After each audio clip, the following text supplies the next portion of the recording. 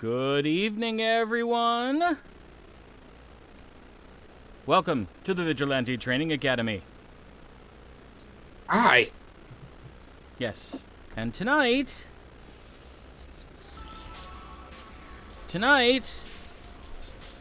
we may very well end up doing some Vigilante tip missions.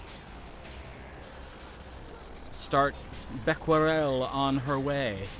But for now, we're going to finish up the mission that we had last time, dealing with some nasty, nasty clockwork. We are, of course, on the Rebirth server. If you are of a mind, we'd love to have you come join us in-game. We got room for 6. Nice, and we only have 2. Yep. Well, we have room for 8. We have 2. So oh, we have room cool. for 6. And I need all the help I can get. Yeah. Remember, this is week 4 of not only Buddy playing City of Heroes, but Buddy playing any MMO. That's me. So, you know. Vegetable rights and peace. He gets his 1-month certificate after tonight, you know. Oh, do I? Do I really get one? No. Oh, don't tease. What do we look like? Some sort of namby-pamby participation trophy school? That's not us. We're, congratulations, you're still sucking down oxygen. That's all the presents you get.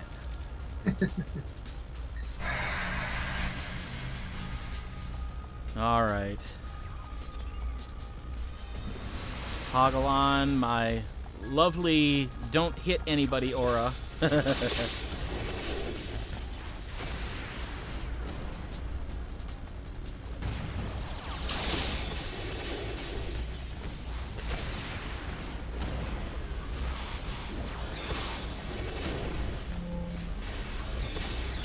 So,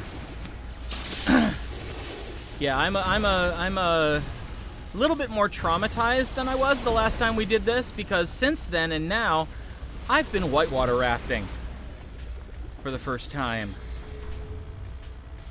Yeah, for real. Yeah, for real. Abject terror is how I would describe the experience. Afterwards, looking back on it, I'm like, wow, that was really cool. I can't believe I did that. But in the process, it was kind of like, ah! But my friend Leslie, who, if you are a fan of the Lands of Acathan game on Tuesday nights, you know who she is. It's her favorite thing in the world to do. And I would never have guessed that, you know, she would be a thrill seeker like that. It seems out of character, but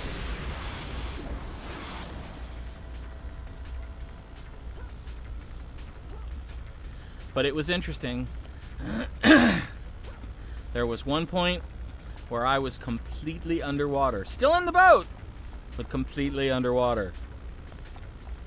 That's an experience I'll not soon forget.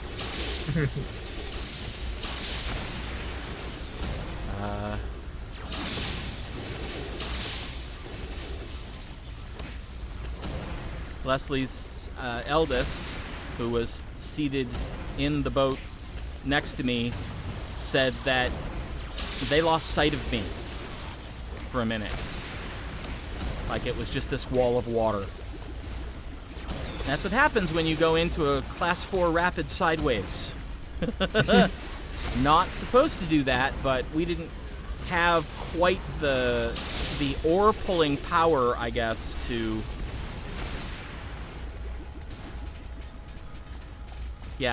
get where we needed to go. When you hear your guide go, oh man, hang on. You know, something is about to go sideways, and it turned out it was us.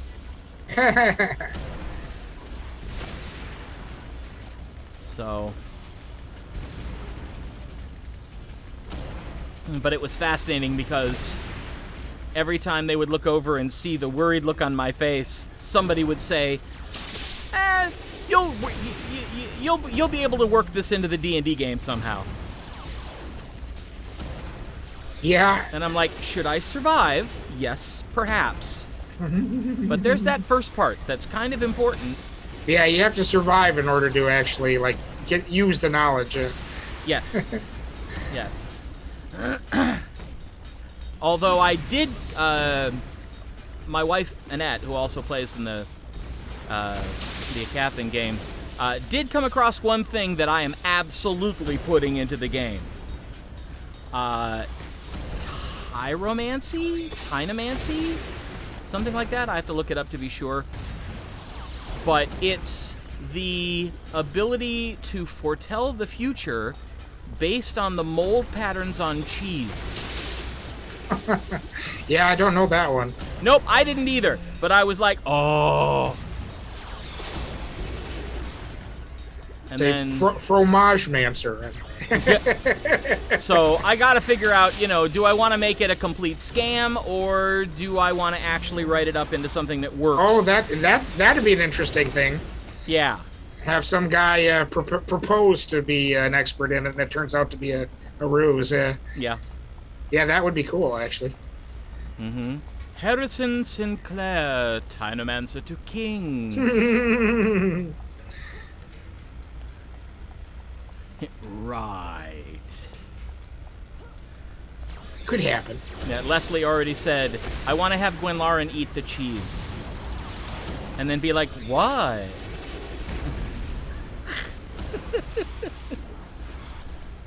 You just ate my foretelling method. And it was good. So, we'll see. I have a couple ideas, but getting home from Maine, which is where we were, turned out to be a little bit more problematic, so I haven't quite recovered all fully yet.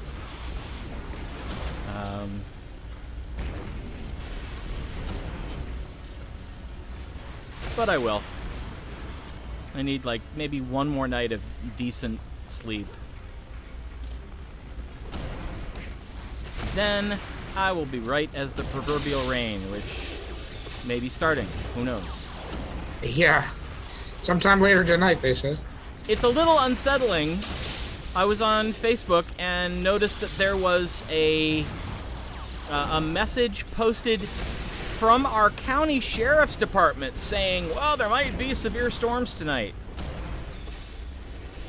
Okay, so the sheriff's department is now warning me about severe weather.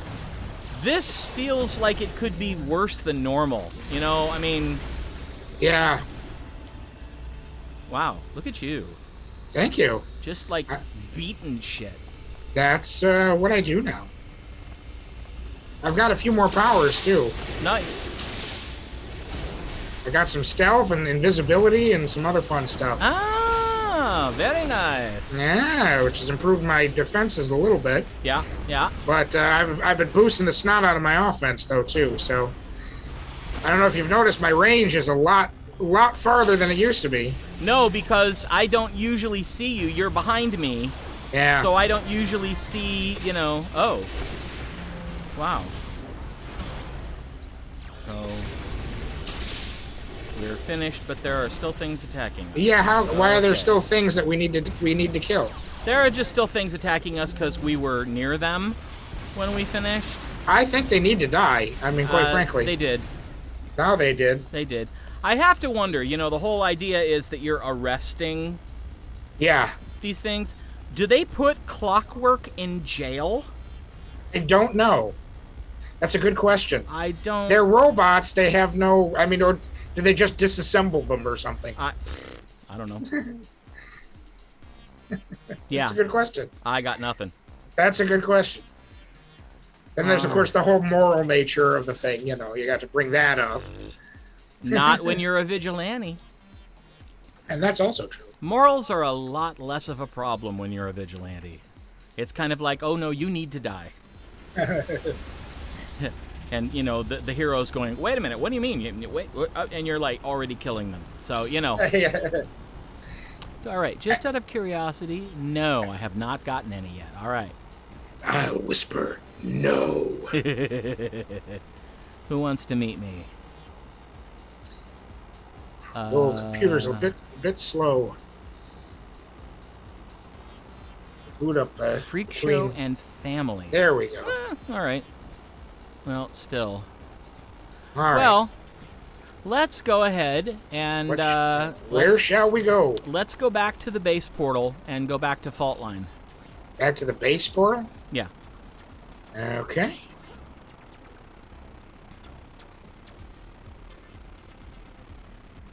Let's see.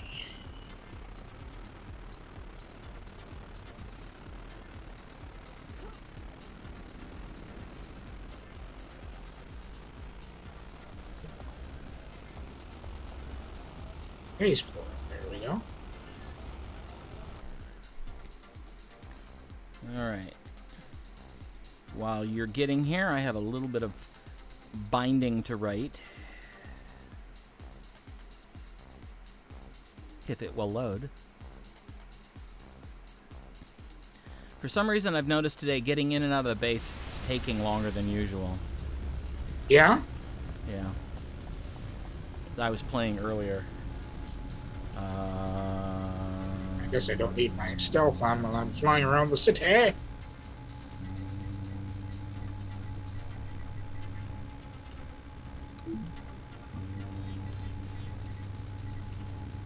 Like a little swoop in there.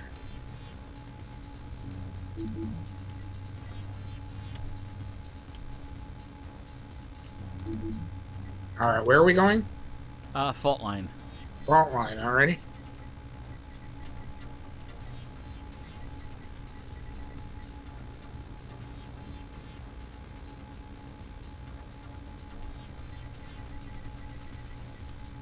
Okay. And I'll be there sometime before the next show, I'm pretty Good. sure. Good. Excellent. Glad to hear it. Because, yeah, this kind of slow here between screens. Yeah. Oh boy, All I'm right. getting a white screen. Oh, there we go. Oh, I thought I was collapsing there for a minute. All right, we are going to Faultline, right? Yes. Alrighty then.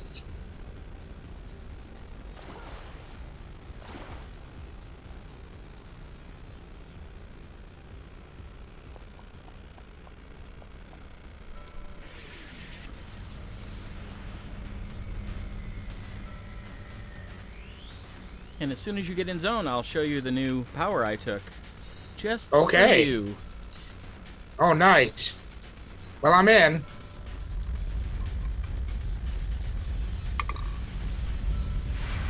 Woohoo! I like it. Now that's sharp. Yeah. All right. Now, I believe that the story we all know about the Faultline incident has some holes in it, but I need evidence to prove it. That evidence has been scattered in caves and the ruins of old bases around the zone back when the Faultline incident happened, and I've been out here working to find out just what I need. I'm pretty close to understanding what happened, but in order to put it all together, I need to find a better recording of the final battle with Faultline. I've heard about the recording you found for Jimmy Temblor, but that's still incomplete. I may be able to find a better recording, however, with a bit of help. You see, because the forces of law and order haven't been able to patrol the area until recently, all sorts of villains have been scouring through my dig sites looking for valuables to scavenge and steal. That's why I need someone like you to help me. Okay, we will help Doc Delilah uncover the truth. I knew you'd be willing to help. Now, here's my problem. I recently found out that one of the heroes who was at Ground Zero during the Faultline incident may have been recording what happened and sent a record of it to his supergroup's old base. The poor man died in the event, but that recording might just still exist. As a hero, his name was Akashi Knight, and I think I found where his body came to rest. But the Sky Raiders have figured out that wherever I try to excavate is also a good place for them to plunder, and now they've swooped down on the site. All I really need you to do is recover Akashi Knight's body, but if you wanted to teach those Sky Raiders some manners, I would not be put out by it. I'm all about teaching assholes manners. Yes, let's. Let's see. The one thing you need to know about Sky Raiders. There are there are types of Sky Raiders that are like something engineers. I'll know when I see it. Those die first. Okay. Because otherwise, they summon force field generators. And That suddenly, doesn't sound fun. everybody around them is much harder to hit. So which ones die first? Say again. Something engineers. I can't remember off the top of my head. I'll point them out as soon as I see one. Where's the? I see the arrow pointing to it, but I can't see how to get in. It's a cave entrance. Oh. So it's pretty much the same color as the surrounding area. That must be why. Oh, there we go. Yep. Well, I got hit a couple of times. Not too bad. No, I guess not. All right. All right, now these maps in particular are difficult, particularly when you're hovering. And unfortunately, I kind of need to because that's where a lot of my defense comes from. They're called Raider Engineers, and there's 2 of them in this group. So that's what we want to blast first. Yes, so you take the one in the one on the right. Okay. And I'll take Targeted. the one on the left. Go. Okay.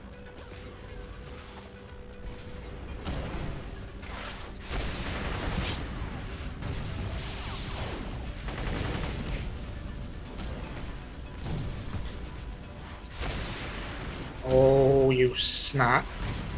Get over here. Oh, this whole going over the horizon thing. No. We're not playing that game.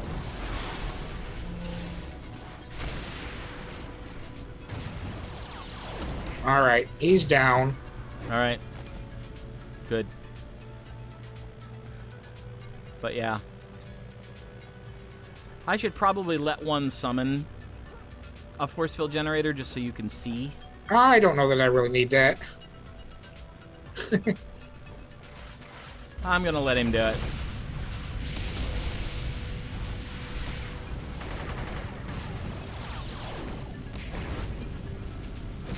Now, fortunately, they can be destroyed. The generator. Yes.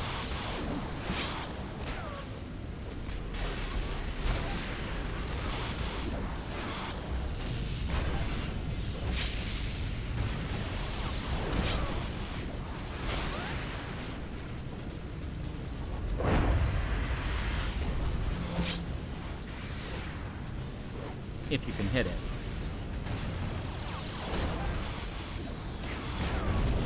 There we go. Well, you're not kidding. That does make everything Yeah. a lot tougher. Yeah. And that's why you kill Raider Engineers first.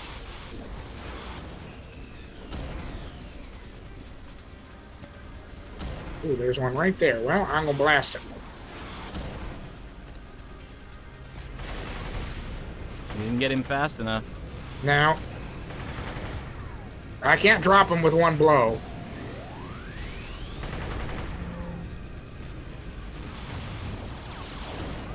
You know what? I'm going to summon us a little bit of help.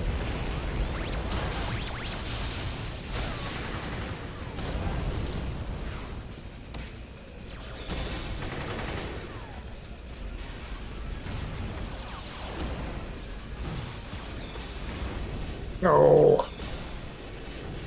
Die.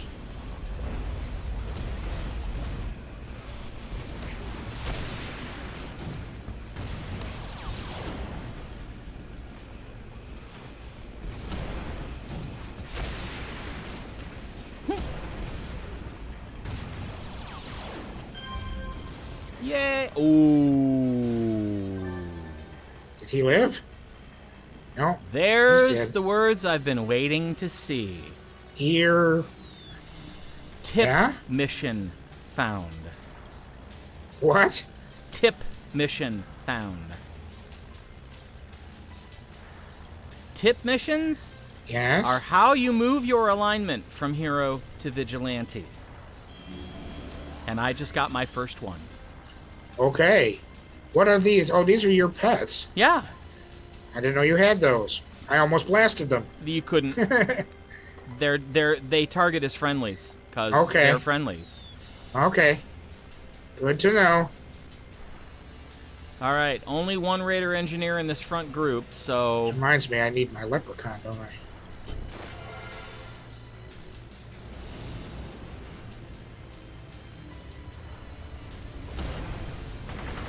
damn it.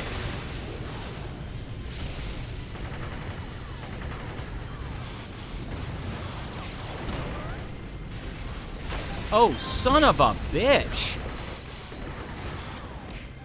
We got the next group too, and there's another. There's another engineer, yeah.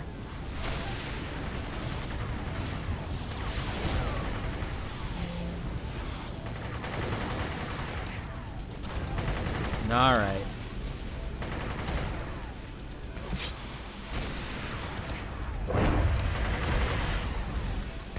Boy, I will tell you, that heal comes in so frickin' handy.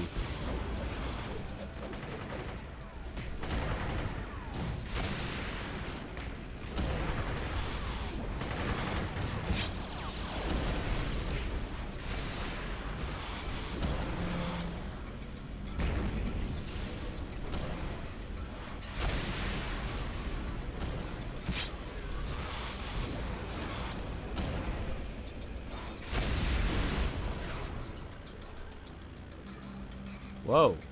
What the hell? I think I better step back. Okay, then. Well, here's the body, I think. Yep. Apparently. All right. Alrighty, well. That could have been worse, huh? Yes.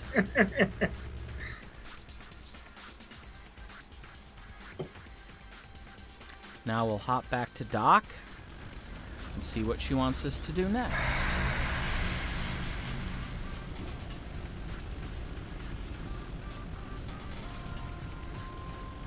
Oh, yeah. Bring that down so it's visible.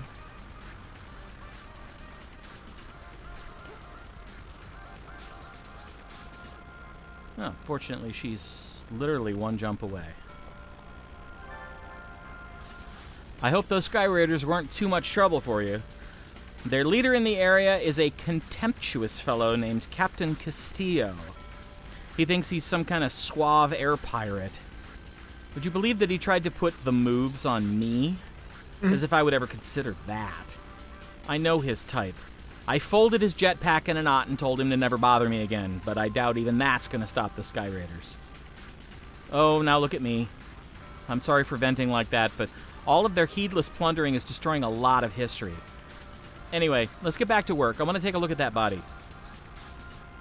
Poor Akashi Knight. His body is so well preserved, it's like he was mummified. I researched him a good deal. He really didn't deserve to end up like this, but at least he'll help us learn the truth. Confidentially, I think he would have wanted that. Now, the next step is to get the keys he mentioned from his old place of work. That building's still intact, so this shouldn't be too hard, right? Uh-huh. I know that you'll prove more than capable. I must say, I'm impressed already with what you've done.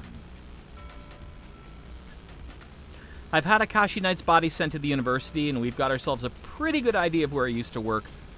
From the reminder he wrote himself, we can most likely find not only where his base was, but also a way in. I really wish I could go, but if I do, those Sky Raiders will be there like flies on sugar, contaminating my site. So I must ask you to go to Akashi Knight's old office and find his desk. Who knows what might be living in those ruins these days? I'd be ready for something dangerous if I were you. I can't go with you, but I'll still try to help by going to another site to distract the Sky Raiders. But do be careful. There may be other trouble at the site. Like I said, be ready for anything. His name was Leonard P. Conway. Akashi Knight, I mean. Time and again, I keep seeing things like this. Otherwise, normal people who give their all to make a difference. Even when they meet sad ends, it still gives me a lot of faith in people. Oh, I nearly forgot. There's a longbow officer up in the dam who wants to talk with you. He's called Agent G. I talked to him some when he first showed up, and he seems a nice enough sort, if a bit terse. Well, after you investigate that office, how about you head on up to the dam and see what's on his mind? Okay. So we gotta go talk to the damn guy? After we finish the damn mission. We gotta finish the damn mission, and then we talk to the damn guy. Yep. I gotcha. And if you can't hear the difference between DAM and DAMN, blame the person who created English. That's right. All right.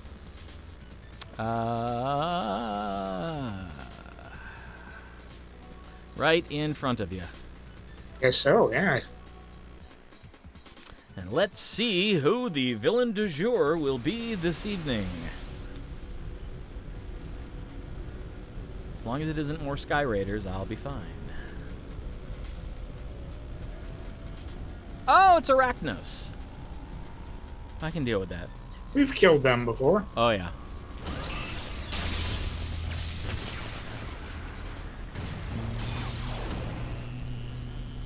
Ooh, big.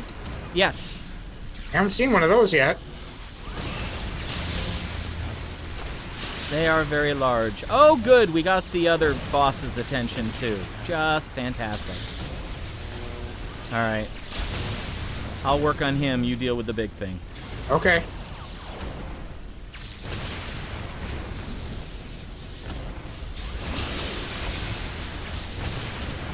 Wow.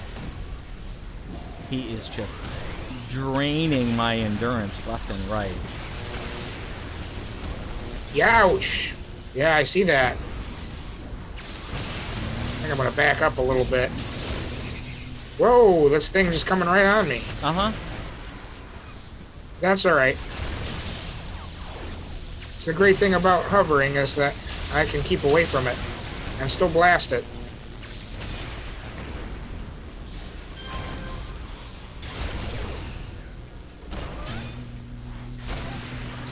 Well, I think something's slowing me down, I think, too. Could be. I assume there's a power that does that. Yeah. Yeah. It looks like it. My refresh rates have slowed down. Come on, I got you close here.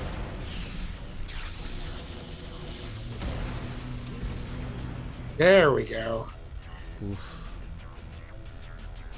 Did you take that other guy out? Yeah. Good deal. 2 of them. 3 of them, really. Ooh.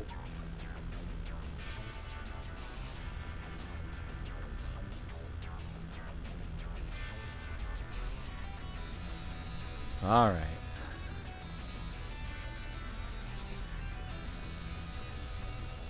Ready?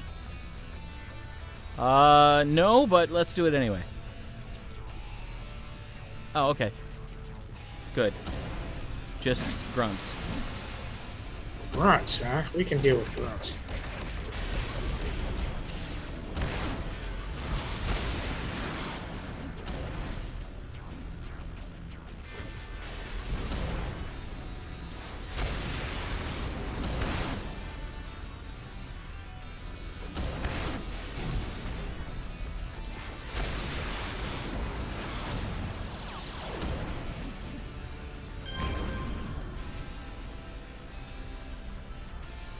Uh-oh.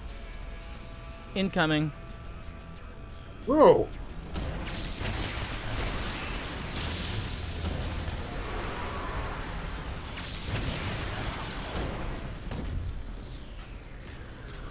The nice thing is, I'll keep his attention. You just keep shooting him. That's what I do.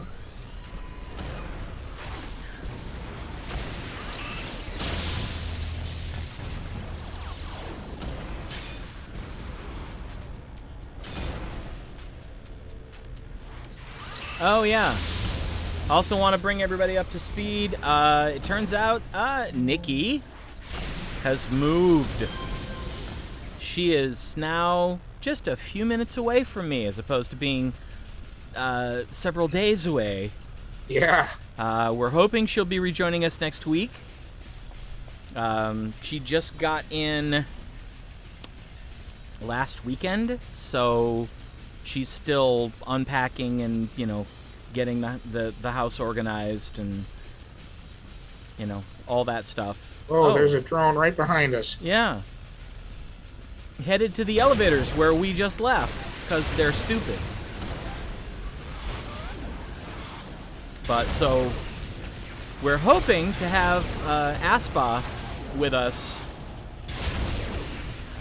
very shortly. Oh. Probably not tonight, but maybe next week. And heard from Jules, Pro Strimmer. He's basically he's now sort of a live-in uncle. Oh. And because of that, his schedule is sort of dictated by the kids. So he's on his time, but since he's in Australia, his time is like, middle of the night for us. So that's why I haven't seen him. But, he's a friend, so I had to check in on him and make sure he was okay. Doesn't hurt. But yeah, he's doing good. As I said, we're on the Rebirth server. So if you are of a mind, we'd love to have you come and join us. I'm on Becquerel, Becquerel, and Buddy's on Phazelight, Phaze Light, Light. My global is Mind Scythe. Mind, the thing in your head, and Scythe, which you use to cut down the bad people with. The Grim Reaper. So if you would like to join us, just, shoot me a tell, and we'll get you in on the team.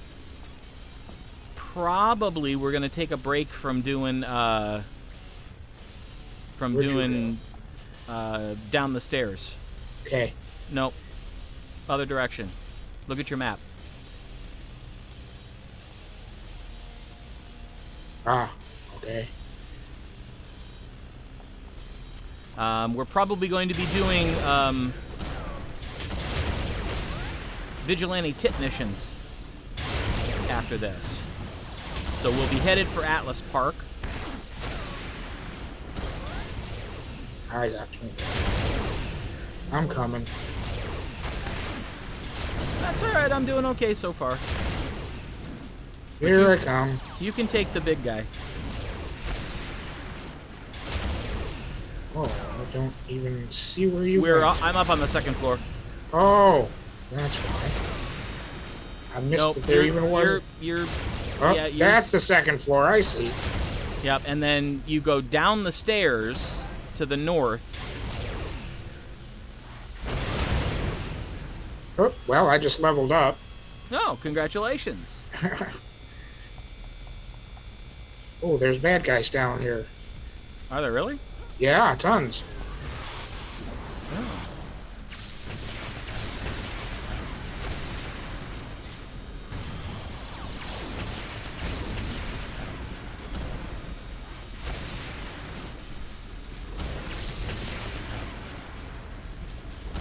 You must have just taken him out because I saw the resolve.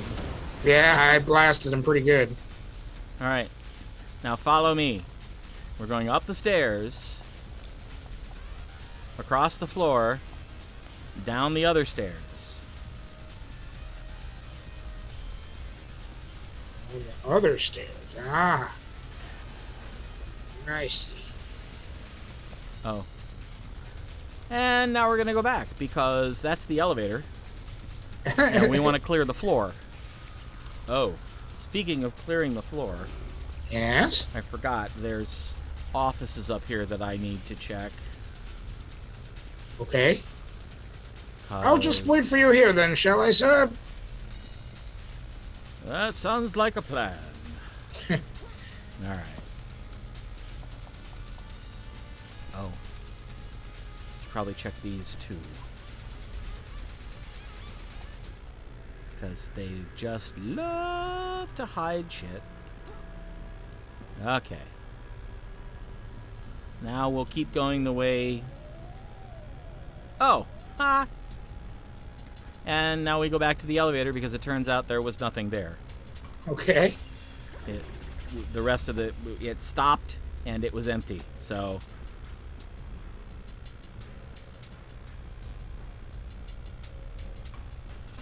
now we'll take the elevator.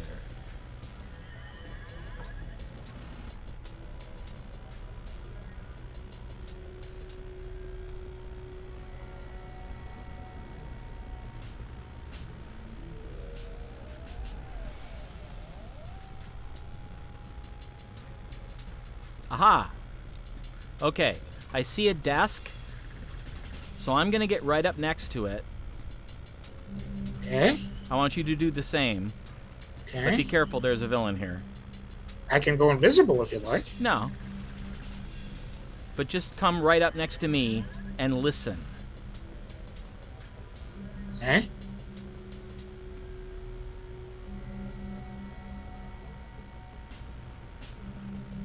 Do you hear the sound the desk is making? Is the desk making that sound? Yes. That. Okay. Okay, yeah, I hear that. All glowies make that sound. Oh, I've never noticed that before. Sometimes that's the only way to find them. Well, I have had trouble with that. Wander around and crank the volume and listen. I have had trouble with that. I'm going to have to do that. Get used to doing that. Yep. No, I've never noticed that before. All right. Well, we have an elite boss. Yes.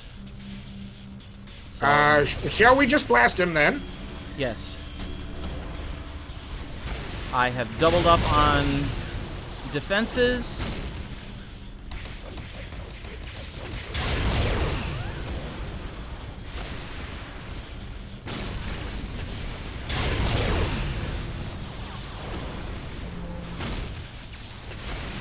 Hopefully, aha! Aha!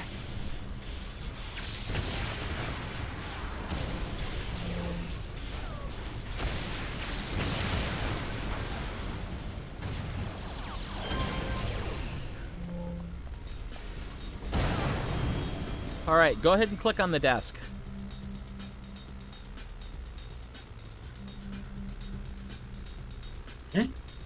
And you'll see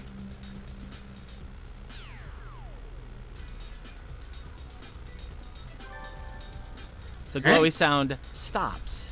Yes, it did. Oh, and that was it. That was it, apparently. All right. So, at this point, let's go ahead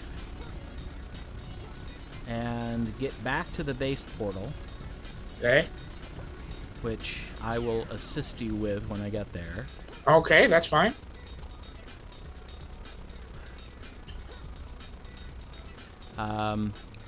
And we will go to Atlas Park, and then we'll do some tip missions. Okay, I'd like to level up before we do that if I could.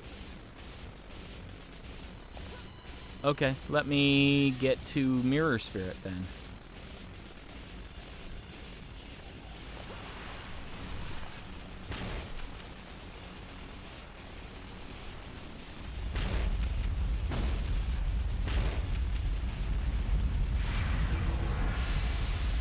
Yeah, that's pretty fucking awesome. Yeah. That's I thought pretty you awesome. might like that. All right. I am going Two new enhancement. Yep. I am going into the portal. What should I put it on is always the question. Just going to double check and see if I can. Nope. Luck charm.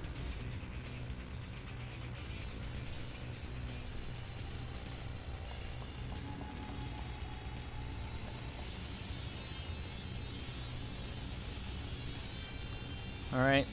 When you're done, go into the base, use the teleporter to go to Atlas Park. Okay.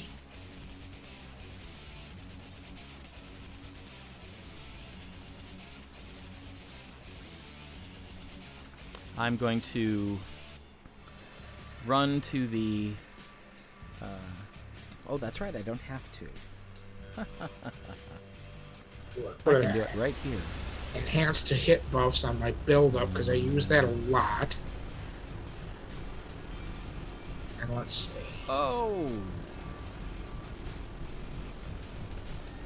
And maybe an enhanced defense on my stealth.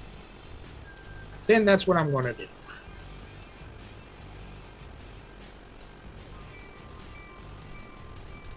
Inish. Yay! Alright, now I need to go to the science store here. Which I don't remember where it is here.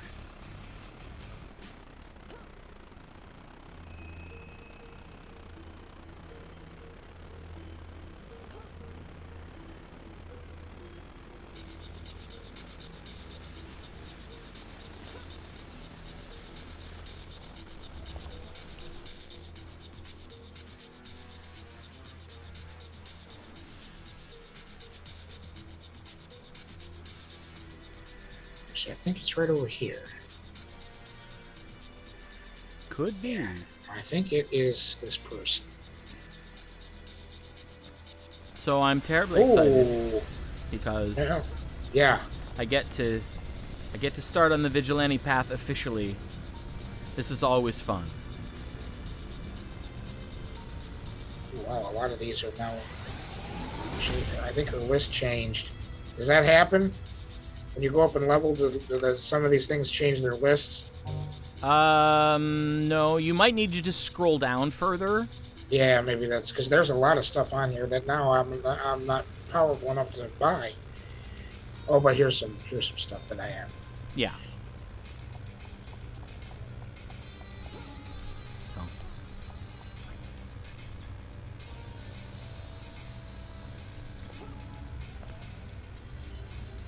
All right. Now you can have stuff up to 3 levels higher than what you normally are, correct? Yes. So now that I'm officially level 17, I'm 19 in this, but I'm 17 normally. So I can buy a 20. Correct. And it'll work. Yep. Okay. Okay. That's what I wanted to check. If the number on the enhancement is green, it means you can use it. Well, I'm higher level than I normally am here. It still goes by your actual level. Okay. Good deal. All right. So, here are where the alignment missions go. You find a flyer for an underground party being held soon. You read it over and try to investigate to find out more information about this party. Local tough guy and repeat offender Frostfire has been trying to increase his following as of late, ever since he was put down in front of the members of the Outcasts. This party seems to be one he is holding to try to garner some recruits for his new gang, specifically from the Freak Show. You investigate further to discover that he brings those who he sees potential in back to another warehouse where he shows off various trophies he has collected from the heroes he has defeated. Usually this is enough to convince the new recruits that despite his previous defeat, Frostfire is still top dog around these parts. Frostfire's next party will be happening tonight. This should be the perfect chance for you to go in there and take down Frostfire again. This time in front of whoever he has invited there to join his new group.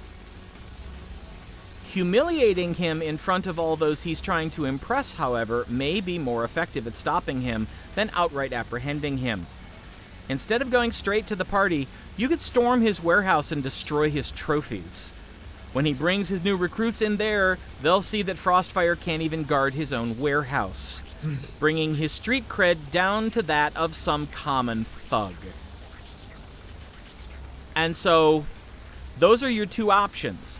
If you go the hero route, you round up Frostfire and his Freak Show friends. If you go the Vigilante route, you humiliate Frostfire by destroying his trophies.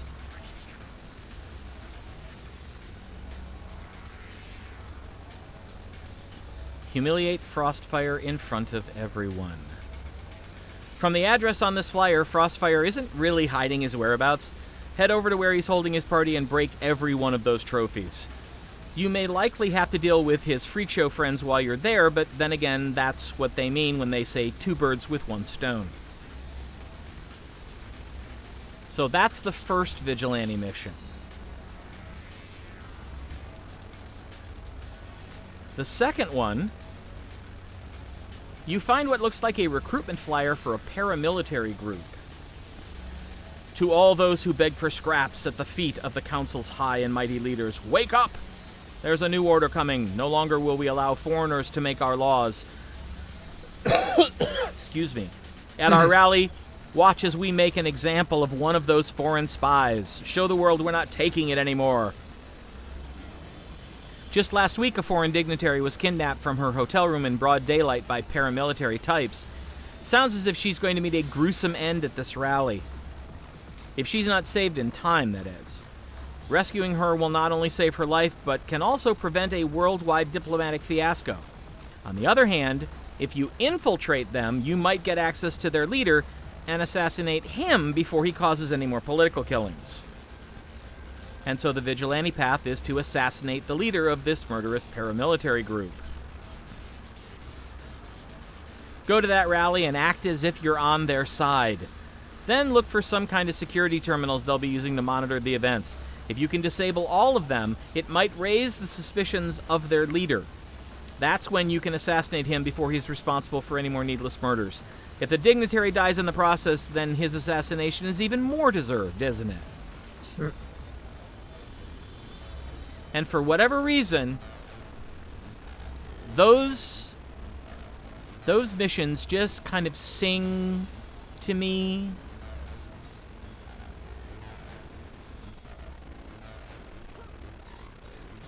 Okay. And so, when you get into Atlas Park, I should be at the mission, and Okay. I will bring you over.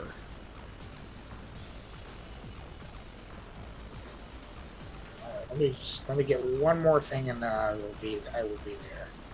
I'm filling out some of my other powers here. That's it. Enhanced damage.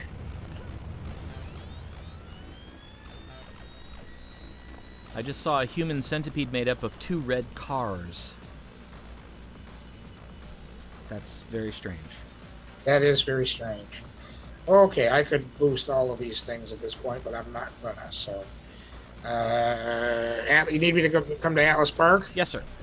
Okay, I can do.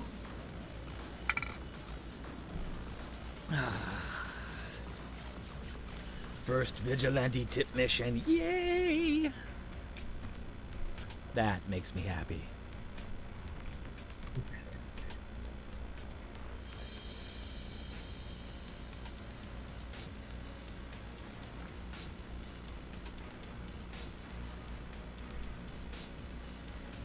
Alrighty, on my way to the base portal here. Okie dokie. I am ready to teleport you.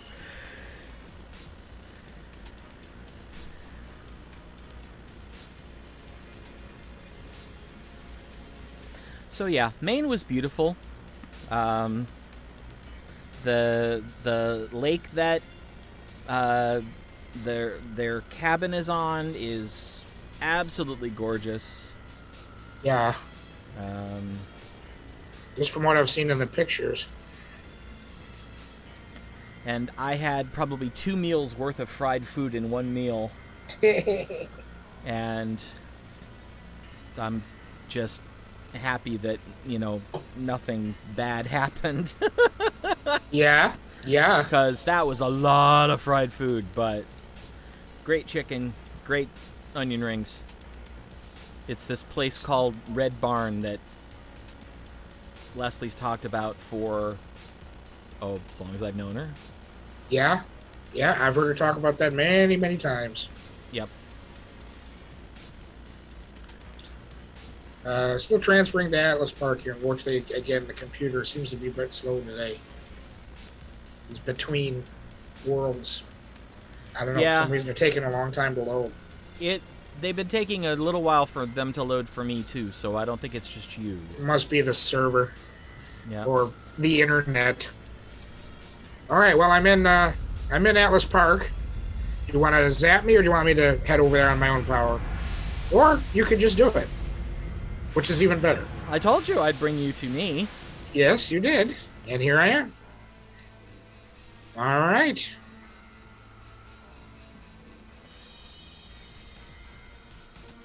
All right. So the key is we have to convince them that I'm on their side. Okay.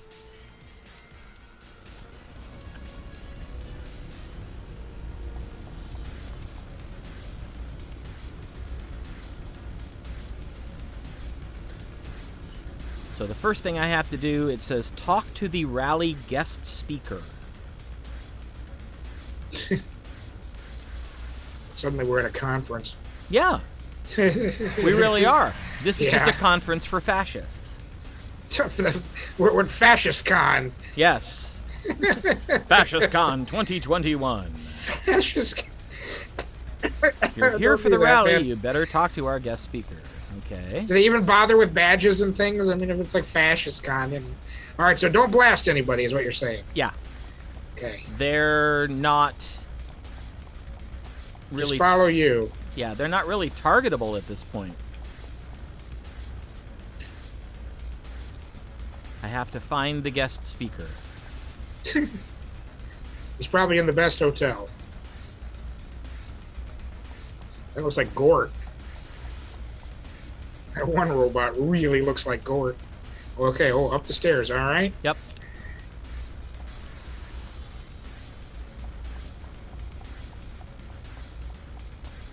It looks like Fascist Con at this point. Well, yeah. They're really Fascist dressing the Con. part. Ooh, where did you go? Oh, you went through here. I see. Sneaky, sneaky. Okay, well, I found a computer terminal, but I don't need that yet. Okay. But at least now I know where it is.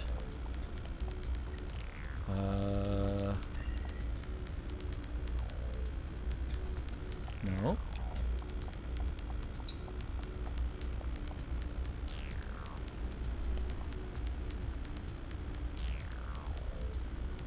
All right. Galaxy? Yeah. Is that the guy you're looking for? No. Okay, because I found him. He'll be labeled as guest speaker. Oh, okay. Aha. Now I I lost think you. I found him. Rally guest speaker.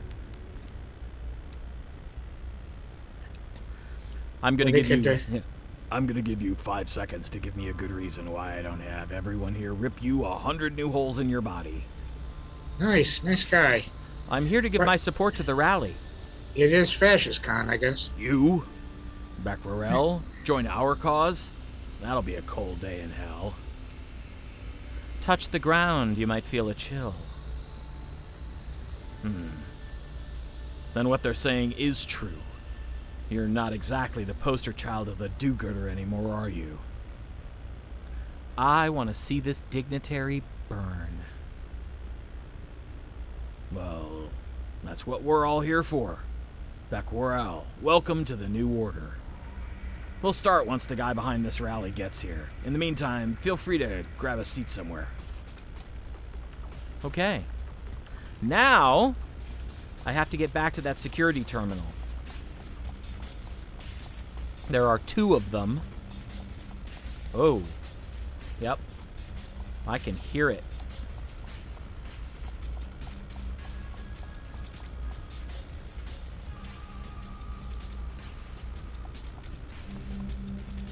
Alright, there's one.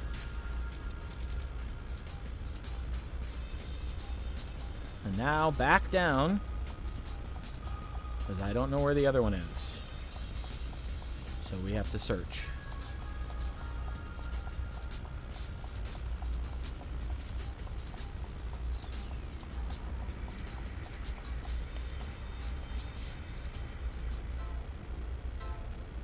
Nope. Gotta be further in.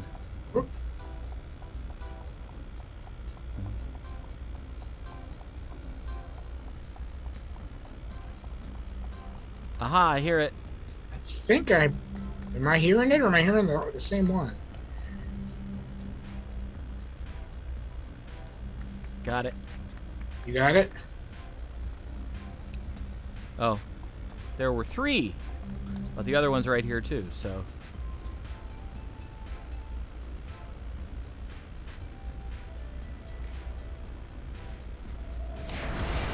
Oh! And the violence has begun. Oh?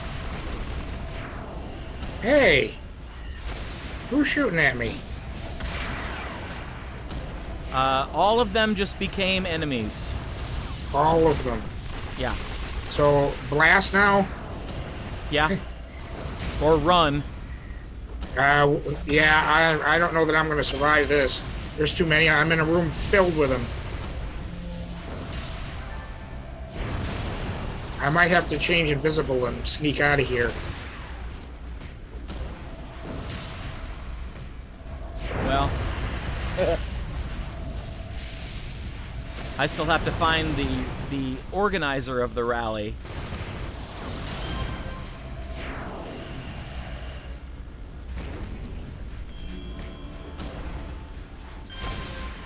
Okay. Oh, damn it.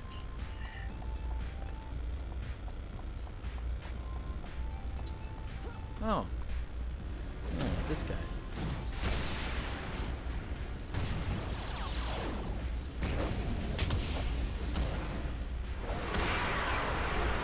Let's up the voltage, shall we?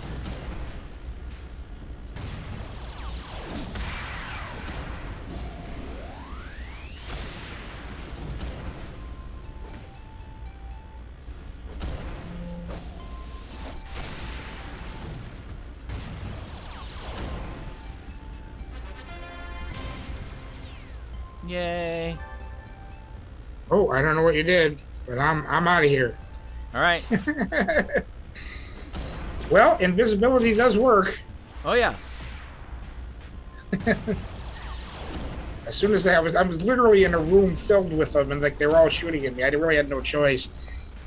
I just turned invisible and I hid in a corner, then tried to sneak my way out before you did whatever it is you did. Took down the organizer. And I have officially begun moving toward vigilante status. Nice. So, well, it's 8:30. It's about time we usually stop. But you want to do the other one? The other one?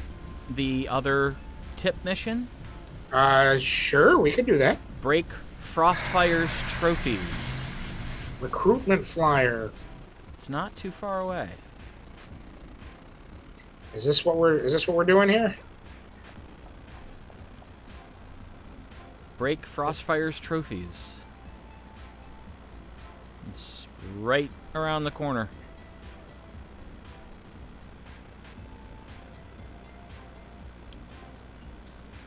Oh, there's a lot of people. Yeah, but they're all like level 4. Okay. So they're not going to be any threat to you, not in Atlas Park. That's why I like doing tip missions in Atlas Park, simply because I don't have to worry about getting tagged going from mission to mission to mission. Plus, Sure. It's a relatively small zone. You ready to go in? This one, you're going to get to meet a new villain group. Excuse me. I don't think we've fought Freak Show before. Not together. Not together, no. So, these guys are interesting. They've basically welded metal parts onto their bodies. And they are sort of electrical in power set. And occasionally, after you defeat them, it revitalizes them and they get back up.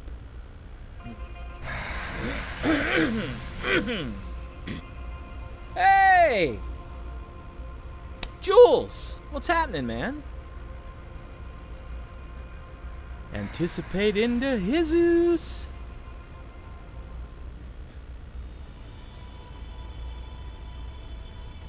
Let me get to the right frickin' screen here.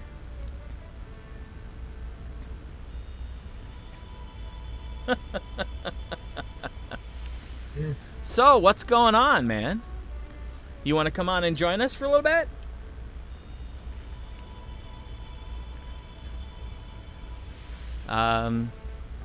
Let's see.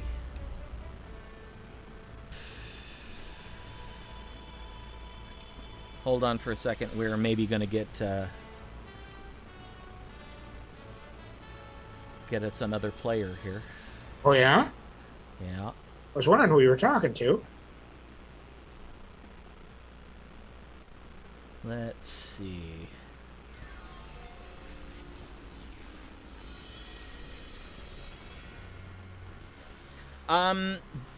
Basically, we've got, I'm doing a radiation tanker, and Buddy's got a guardian. So, bring whatever you want. I'm level 20, he's level 17. So, yeah. Whatever sounds like fun to you, dude, bring it. Bring it. And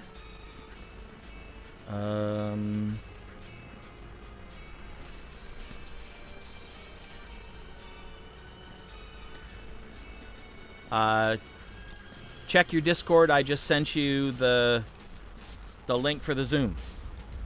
So you come on and people can hear your dulcet tones.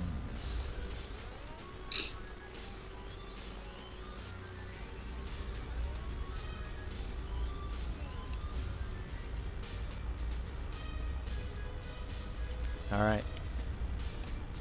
Well, while we're waiting, let's introduce you to Freak Show. Oh, okay.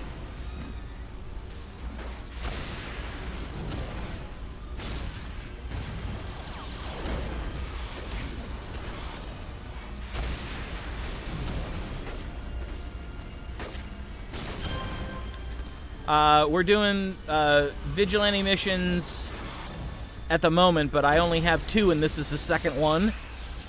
So we might have to go run some other stuff to get more.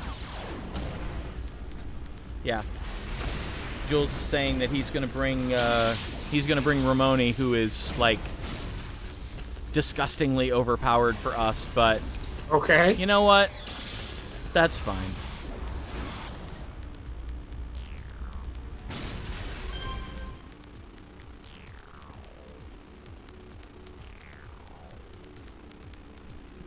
Hello, hello. And testing. Am I coming through okay? You are indeed, sir. How the hell are you? G'day. How you been? Good. She's obviously fully slotted and the late game character, but she'll be exemplar down to your level, so she won't be too OP. Right. So is this our buddy, the guy from the podcast? Yes, that is the guy. G'day, buddy. I've heard your voice many times. I love your podcast, mate. I have. Well, I appreciate that. I have never heard your voice, but it's nice. Yes, I'm known for my sexiness in my country. They all say it. I guess so. Yeah. No, I kind of blend over here. So. Well, it's nice to meet you finally. Yeah. Sort of. Too. Yeah, no, it's an honour. I feel I'm having a bit of starstruck kind of. Oh, really? Kind of, yeah. Well, that doesn't happen very often to me. I'll tell you that. He's that guy from the radio. He's that guy from. Yeah, he is that guy from the radio. Yeah. Actually, I've just now got. Actually, I'll just do a teleport to mission. I'll be right there. Ooh, there's a lot of guys in here. Yeah. Yeah, you're doing freaks at the moment, yeah? Yep. Yeah. Yeah, they're annoying buggers when they get back up. Yes. But they're also easy to sucker into a particular area. Hide behind a pillar and they run right up to you. Yeah, gotta hurt them. Yeah, so I'm I'm discovering that this radiation tanker is really interesting. Yeah, what do you got there? So the radiation, you'd have the irradiated ground from the melee side. What level are you? 20. And do you have beta decay and ground zero? Or? I have beta decay. Yeah. Okay. Don't have ground zero yet, but man, yeah. beta decay. I started looking into this because I was trying to find a good mix for to sort of complement what Buddy can do. What Guardian did Buddy go for? I have a Science Guardian. Right. What are your power sets? What power sets did you pick? Energy and energy. Oh, okay. Okay. Yeah. No, energy's fun. Energy is fun. There's lots of target switching for me. Yeah. So we've got energy, rad, and I'm now bringing in dark rad. So nice. Yeah, we should better clean him up, all right. Oh, a brute! Another up close and personal. Yay. Yeah. But she'll more focus on the damage. So she's more of a single target damage. So I got a couple of AOE's, but let's see how she goes here. Oh, well, all my pals are unavailable. I was gonna say, stand near me because I've got beta decay running. So. Okay. Yeah. She's got beta decay on now too. It's slotted for right now 1 defense 2 to hit. Okay. Actually, yeah. It's always a good idea to stand near the tanker. So I'll stand next to you.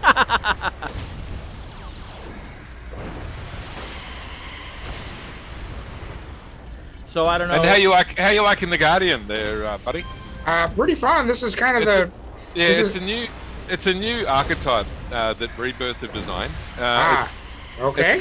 It's an interesting character because it's the blend of the distance and the up close. So you can kind of build it on your preferred playing style. Yeah, I haven't focused too much on the up close, but at least as far as the defense goes. But I've been focusing mostly on the distance.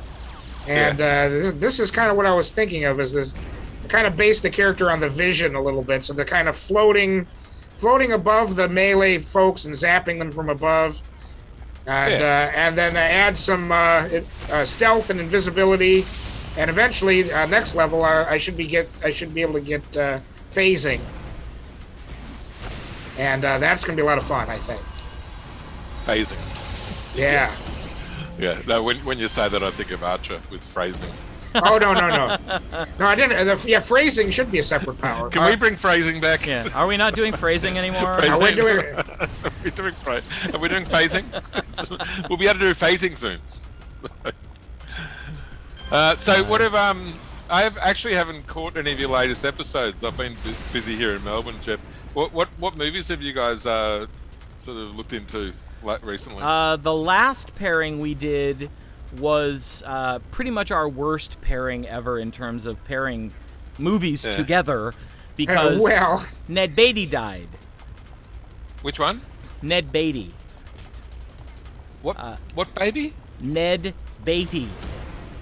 Oh, Ned Beatty. Yeah. Oh, wait, did you say he died? Yeah. Yes, he did in June. Yeah. I thought he was already dead. Nope. Sorry. Okay. No. So oh my God. So he died recently. Oh, yeah. I love Ned Beatty. And so. Yeah, he's a great guy. And so we decided to pair arguably his 2 most well-known movies, but they do not go together at all. We did Deliverance. What are his 2 most well-known? Deliverance and Superman. Oh. Wait a minute, Superman. What is it? Is it the Richard Donner 1979 Superman? Yeah. Yes. Where he played Otis. He was Otis. He was Lex Luthor's. Oh, Lex Luthor's little henchman guy. Yes. He's definitely coming, Mr. Luthor. Take the gentleman's cape, Otis. I don't think he wants me to, Mr. Luthor. There's Flambeau's here. God, she's a mouthy little broad, this girl.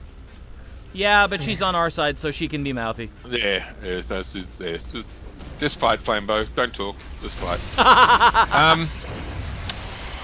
Yeah, that's and what was and Deliverance? That's right. Okay. Yep. Wow, that's so. And you side by sided Superman and Deliverance. Yes, Yeah. we did. Is that right? And it gets better. We did Deliverance. My first time seeing Deliverance. Right. And then I just got back from Maine, where my friend Leslie wanted me to go whitewater rafting. Yeah, isn't that, whitewater rafting. Okay. yeah, isn't that great timing? Yeah. Okay. So, needless to say, Have you guys at all caught that Netflix show recently came out called Movies That Made Us? Yeah, yes, I just saw that the other day. Yeah, where they just and I watched them the other night, and that made me think of you guys because one of the first ones they did was Back to the Future. Yeah. And yeah, they sort of covered the bit where Eric Stoltz was there for 5 weeks of principal, and yeah. and then and what really stuck out to me was that it's really not appreciated just how helpful or just how valuable a comic actor can be to a project. Oh yeah. Like I mean, yeah, it's great if you're a drama actor, but if the director says, you know, can you put a little bit of funny on that, and the actor goes, oh no, he's traumatized, he can't do that, you know, like what Eric did. Yeah, exactly. I don't know. Great, you're a drama actor, but can you take direction? Jesus, like be versatile, will you? So well, some actors think they know more than the directors. And exactly. That's definitely what was going on in that case. Actually, and the hilarious thing I didn't know, because they also did Pretty Woman, because you know that was directed by Gary Marshall, the Happy Days guy. Yeah, that's true. I had no idea that they did it with a very, very fluid script. Yeah. So yeah. a script where he'd go, I don't know, I had Jason Alexander in there having a few laughs saying, he just rewrote stuff as we went. Just said, say something about the shoes, and they all thought it was going to be like a dog's breakfast. But then when they saw what they did at premiere, they went, was I in this movie? I don't remember this part. I don't remember that part. And the way that he brought it all together seemed to be, you know, like he pulled something out of his ass. So. If you haven't seen it, Jeff, it's a great series. I'll have to check it out. Yeah, I doubt they'd be saying stuff that you probably wouldn't have already covered. Yeah, it's pretty much a lot of the stuff that we've. But the way they throw it together makes it a pretty fun watch. Like, you know, the way that he. And I think the narrator's Australian from the accent too. I kind of thought so. Australian, somewhere around there. So, I was wondering, is this just for the Australian audiences, or have they got an Australian narrator for everything? Or? I don't know. I wasn't too sure about that. But he sounded Australian to you, did he, buddy? Yes, I did. I did think so. Yeah. All right. I did think so. Yeah, I just saw that over the weekend. I saw that.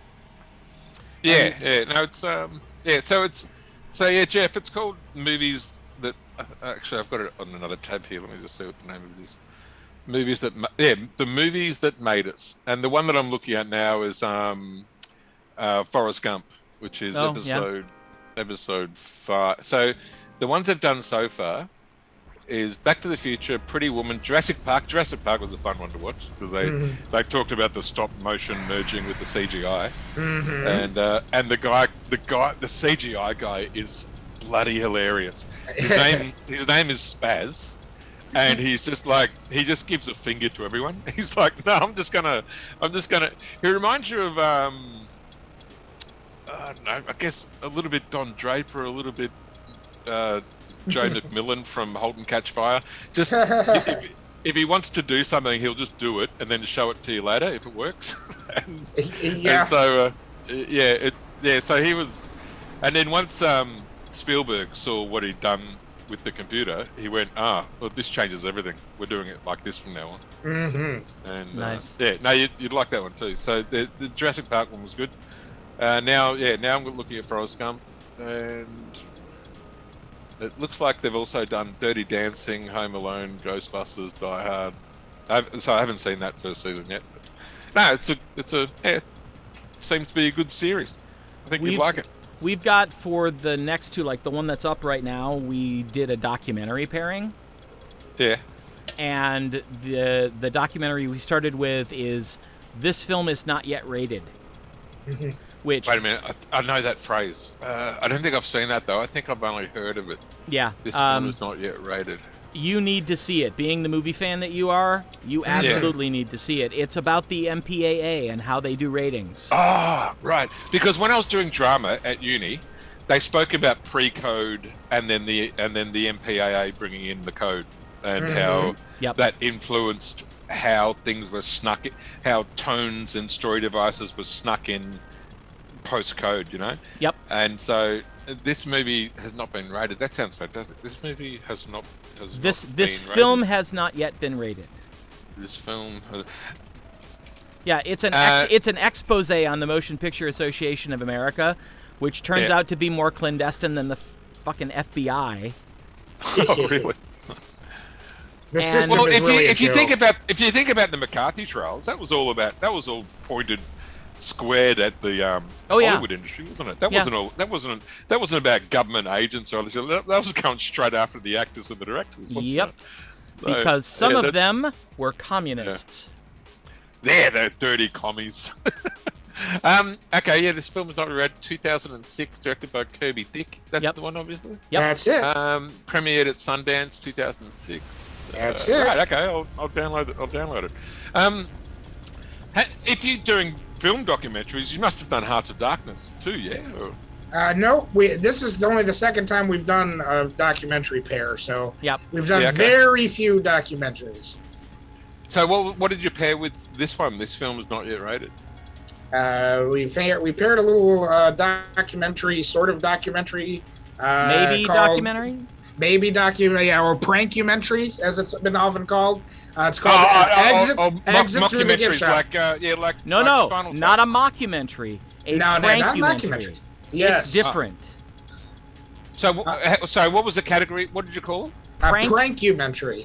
Yeah, prankumentary. Yes, it's called Exit Through the Gift Shop. Okay. Exit Through the Gift Shop. It's called Exit Through the Gift Shop. It's directed by the New York street artist Banksy. Oh, really? Yeah. Does anyone know who he is yet? No, officially not. Okay. There have been people that claim that they have, but none of those panned out. So officially, nobody knows who he is. If no one knows who he is, how can you verify what's his and what isn't his? Well, he's actually pretty good at doing that. Yeah. He's pretty good at doing that himself. I honestly don't know how he operates, but he's managed to for quite some time. You know, I've often wondered how he gets money, but you can't really just make a check to Banksy. I love that promo poster there of a guy with a shopping trolley carrying their Mona Lisa in it. Yeah. That looks yes. great. All right, yes, gentlemen, we are headed back to Faultline. Okay. Are we continuing on here then, or? Yeah, might as well. Now, Faultline. Okay. Now, when I type in Wikipedia, when I type in Exit Through, there's another one just under Exit Through the Gift Shop called Exit Through the Quickie Mart. Is that like a piss take or like a parody of? I don't know. Exit Through the. I don't know. I'm not familiar with that one. Nope. Exit Through the Quickie Mart is the 15th episode of the 23rd season. Jesus, just bloody hell, Simpsons, just stop it, will you? And the 503rd episode overall. It originally aired on Fox. It's a Simpsons episode. Okay. The episode references the 2010 Street Art documentary Exit Through the Gift Shop by Banksy and features guest appearances from Ron English, Kenny Scharf, and Robbie Connell as themselves. Okay. Nice. There you go. So make sure you check out Exit Through the Quickie Mart too. I guess so, yeah.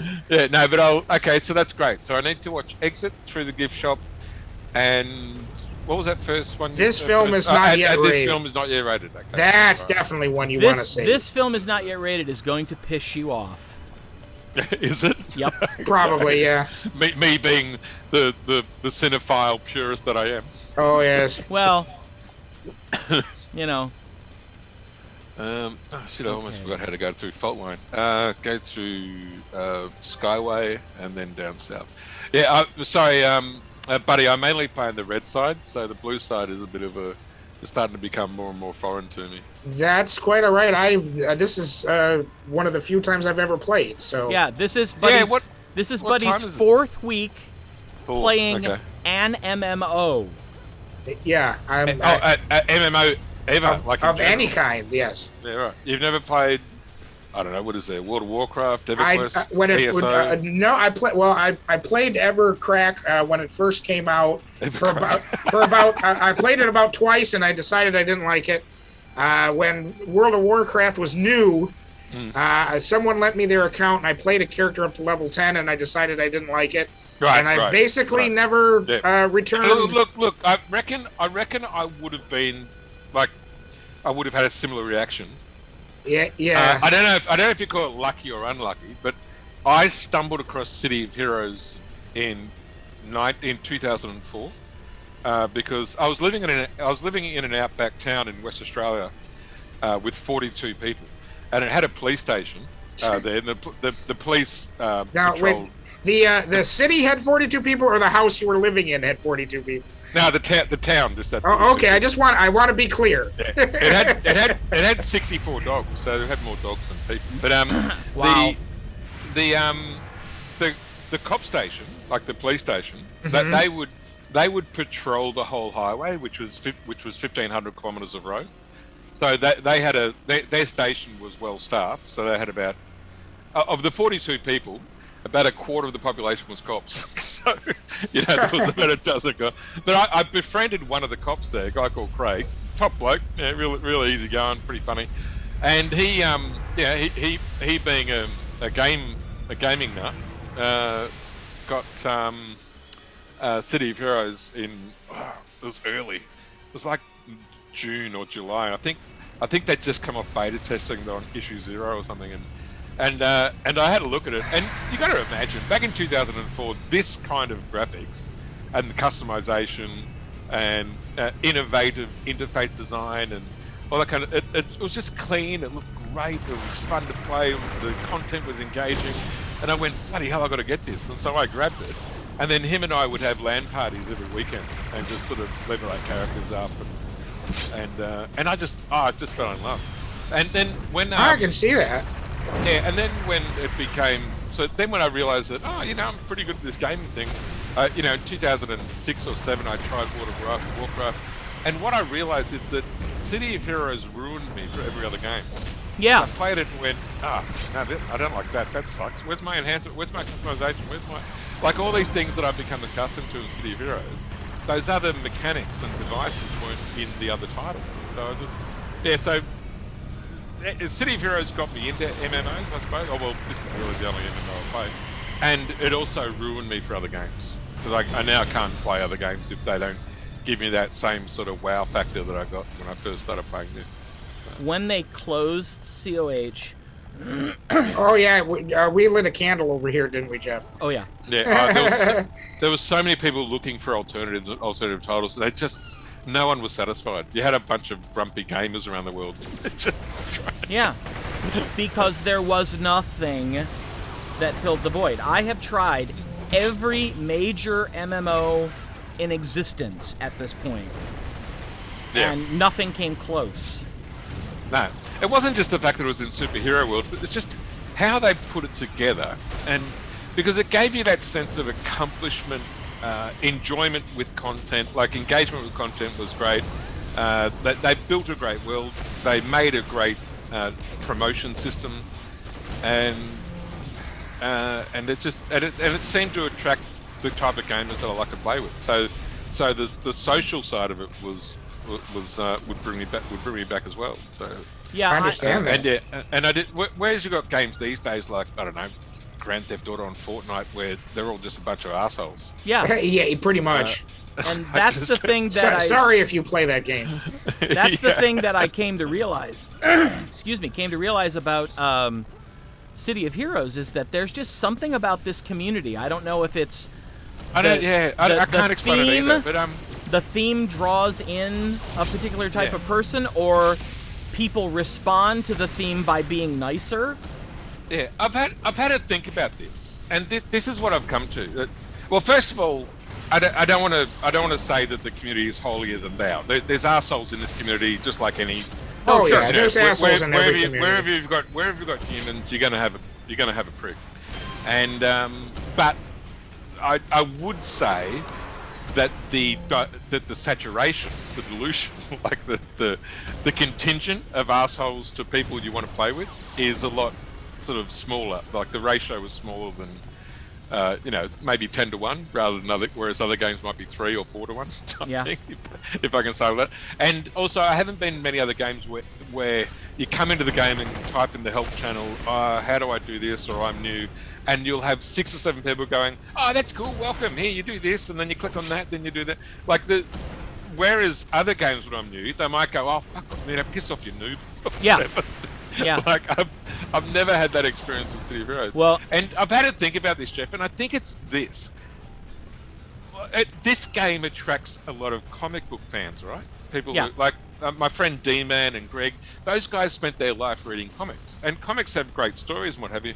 But the other thing that comics, I think, offer society is an empathy for others that don't fit into your grouping. Like X-Men is like is an allegory to living as an other. Oh, absolutely. In a homogenous society. Absolutely. And so I think comic book fans, in my exposure, and this is just a working theory, I don't have data. I'm just saying, one of my hypotheses is that in general, I think comic book fans seem to have a greater dosage of empathy than your average fan. Sure. Yeah, I would agree with that. Just based upon the type of stories that, a bit like how you can say people who are well read or who grew up just with their head in a book, just seem to have a greater engagement with philosophical framings and alternative thinking and what Bertolt Brecht might call the alienation of the atmosphere or the water in which we live. Well, I actually did a presentation at the Broadcast Education Association that's not too far from that idea, although I was talking about role-playing games and online, the whole thing with online role-playing games right now.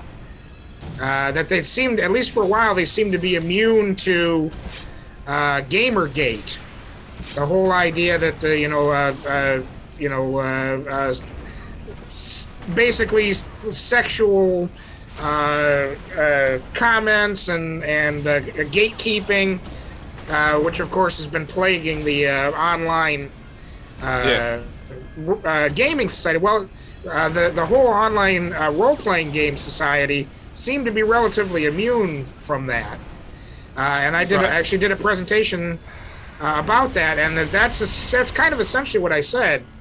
That the community itself seems to be a bit more empathic, empathic, so I should say. Which community was that presentation about? Did you say the online gaming community? Yeah, well, you know what Gamergate is, right? The whole with online gaming, like video gaming. Is that the thing with what are they called? Epic or the people from League of Legends? Is that that was part of it? The sexual harassment. Yeah, sexual harassment and gatekeeping and stuff like that, and actually threatening female gamers and female game critics.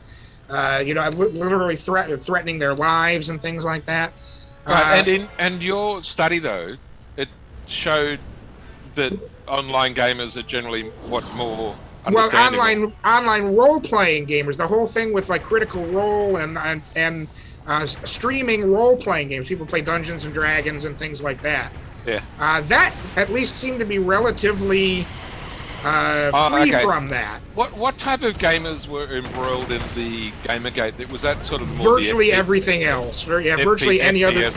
Virtually every other type of game online. Especially a lot of the stuff like Metal Gear and the war games, like Call of Duty. Yeah. But it really reached into virtually everything. I mean, even like Mario Kart and things. If it was online, and women were involved, then there was this very large community of gatekeeping male assholes, basically. Okay. But the streaming community, the streaming role-playing game community seemed to be relatively immune from that. That has since changed, unfortunately. Okay. Since the last time I did that presentation, that's changed, unfortunately, a little bit. But for a while, it seemed to be relatively free from that. And you say they tend to be more helpful, and somebody's asked for help, and everybody, sort of joins together to help out a newbie, and it was a pretty good deal for a while. And that was my hypothesis, essentially. Role-playing, and these games are sort of like that. These MMORPGs, the role-playing aspect of it. Since you're regularly putting yourself into another character, empathy is kind of built into the game. Yeah. Okay. Was that one of your? Is that so?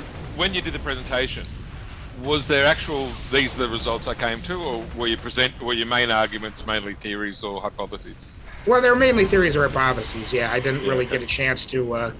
Is there any data on that as to the causes of the type of harassment? No, that's really why I did it, is because there wasn't any data on it. Okay. There really had it. Well, at the time I did it, the streaming role-playing community was pretty new. There really hadn't been a whole lot of time to go into it. What year did you do it? What year was it? Probably 2016 or so.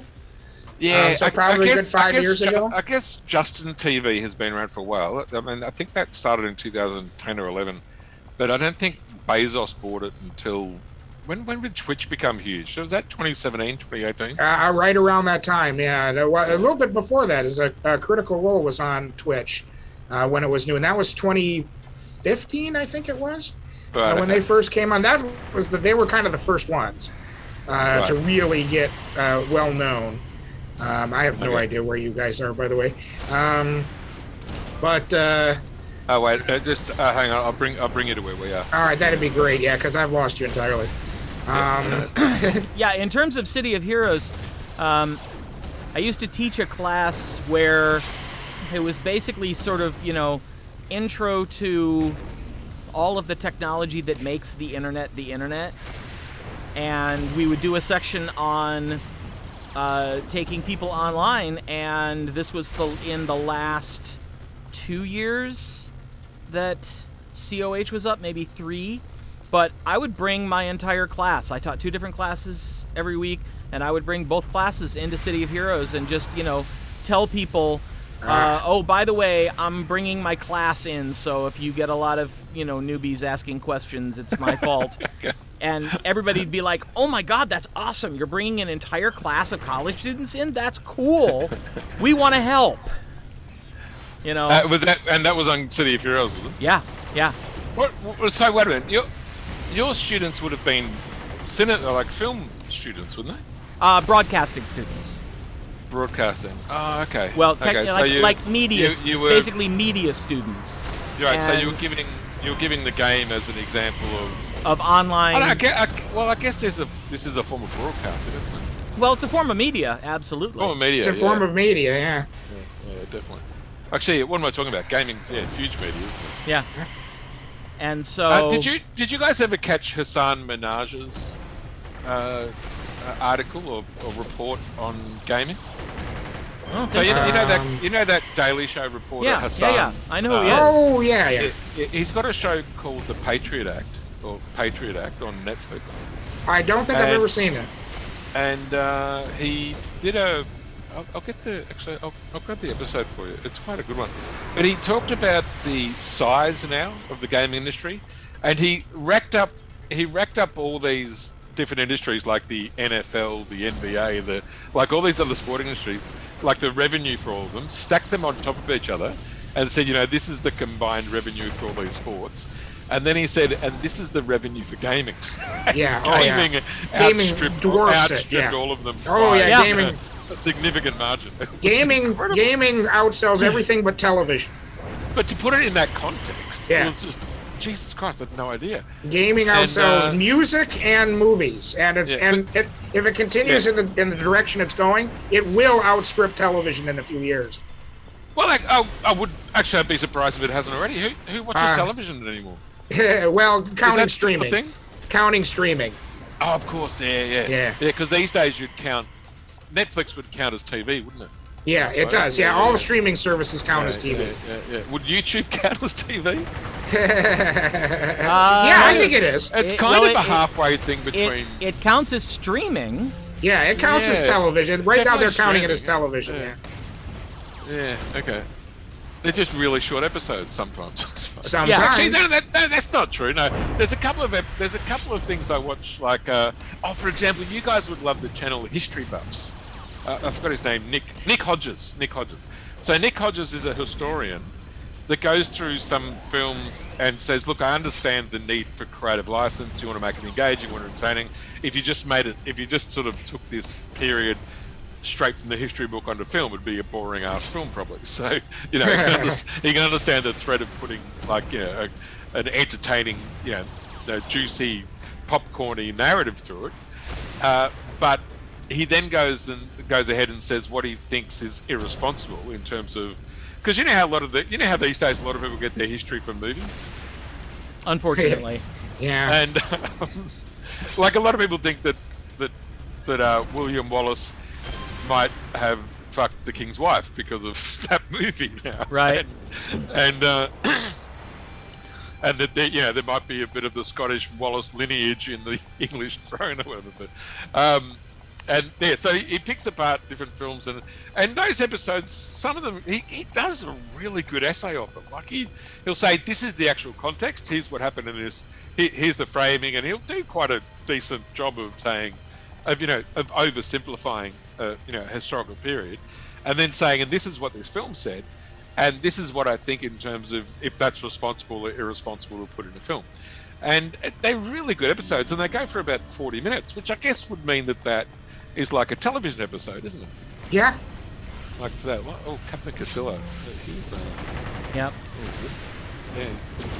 On the other main City of Heroes server, buddy, the Homecoming one. They have an extra map that's shared by both villains and heroes called Callisti Wharf. Oh. And there's a trail in there called the Market Crash Trail. And Captain Castillo is in control of this massive robot that they're going to unleash on the city, and you have to go in there and stop him. But this is the old content. Yeah. Castillo. Rebirth. I've never done that. I've never done Market Crash. No, because wait a minute. You could do it on your server, the Madhouse. That's true. Because it's on that code, the I-24 code. 25. They call it I-25, do they? Yeah. Yeah, okay. Technically, Rebirth is 24. Yeah. Is the Madhouse still running? I've got it on my list here. I haven't updated Yeah. it. Ooh, Yeah. level up. Let me just verify. And tip.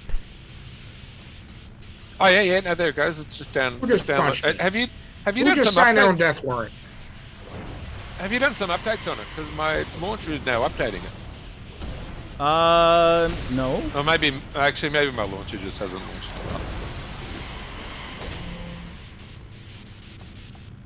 Oh, good job, guys. We defeated Captain Castillo. Actually, I wonder if you put a Spanish tint on it. Captain Castillo. Castillo, yeah. Captain Castillo. Captain Castillo. Ah, Capitan Castillo. We see you there. We defeat you. with your ribs Actually, crazy in leather. He is not a very nice man. But, so we defeat him. So I just immediately go to Antonio Banderas, you know. Yeah, unfortunately, yeah. I think that's what I was trying to do. I think I was trying to do Banderas then, but I think I offensively switched to Bruce Lee or something because it changed halfway through. Just like Buzz Lightyear, they switches to Spanish mode. Yep. Yeah, that was, actually, Ash. Do you remember Ash? Yeah. She recently we were flicking through Netflix and she said, "I love that movie." And it was a movie called The Big something. The good. No, it had Rene Russo, Tim Allen, Jason Lee, Dennis Farina. Oh, he's always good. Oh Lord, I don't know. Do we get everything here? Yep. All right. Sapping out then. What was that? What was it? Oh, give me a second. I've got to find the name of it. It's bugging me now. Oh. And it was called.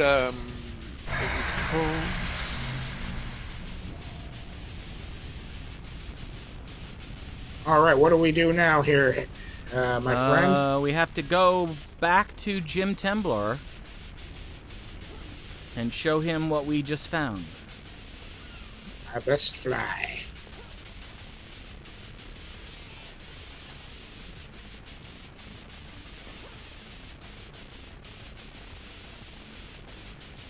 Poor Jim.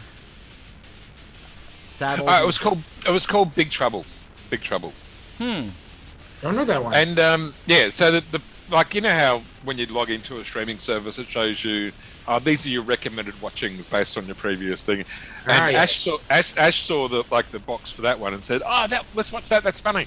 And I looked at it and went, "Nah, it's got Tim Allen. I don't want to watch it." And she said, "Tim Allen's good." And I went, "Nah, I can't. Nah, he's just nah." And I said to her, "Name one good film that Tim Allen's in," and she said, "Galaxy Quest." And I went, "Oh, fuck, you're right." Yeah, unfortunately. Yeah, you can't argue with that. Yeah, so she got me straight away, just out of, and yeah, so we watched it. And yeah, it was pretty funny. But I've got to give him credit, because if you do watch that Toy Story, what was that? Was that Toy Story 2? That's right. They had to reset him, and they put into the Spanish mode. The way he, like, I hope that was his voice. The way he switched into that. No, the voice is that was bloody Spanish hilarious. voice. The Spanish voice was Antonio Banderas. Oh, was it? Yeah, it was Antonio Banderas. Okay. Oh, well, that's clear.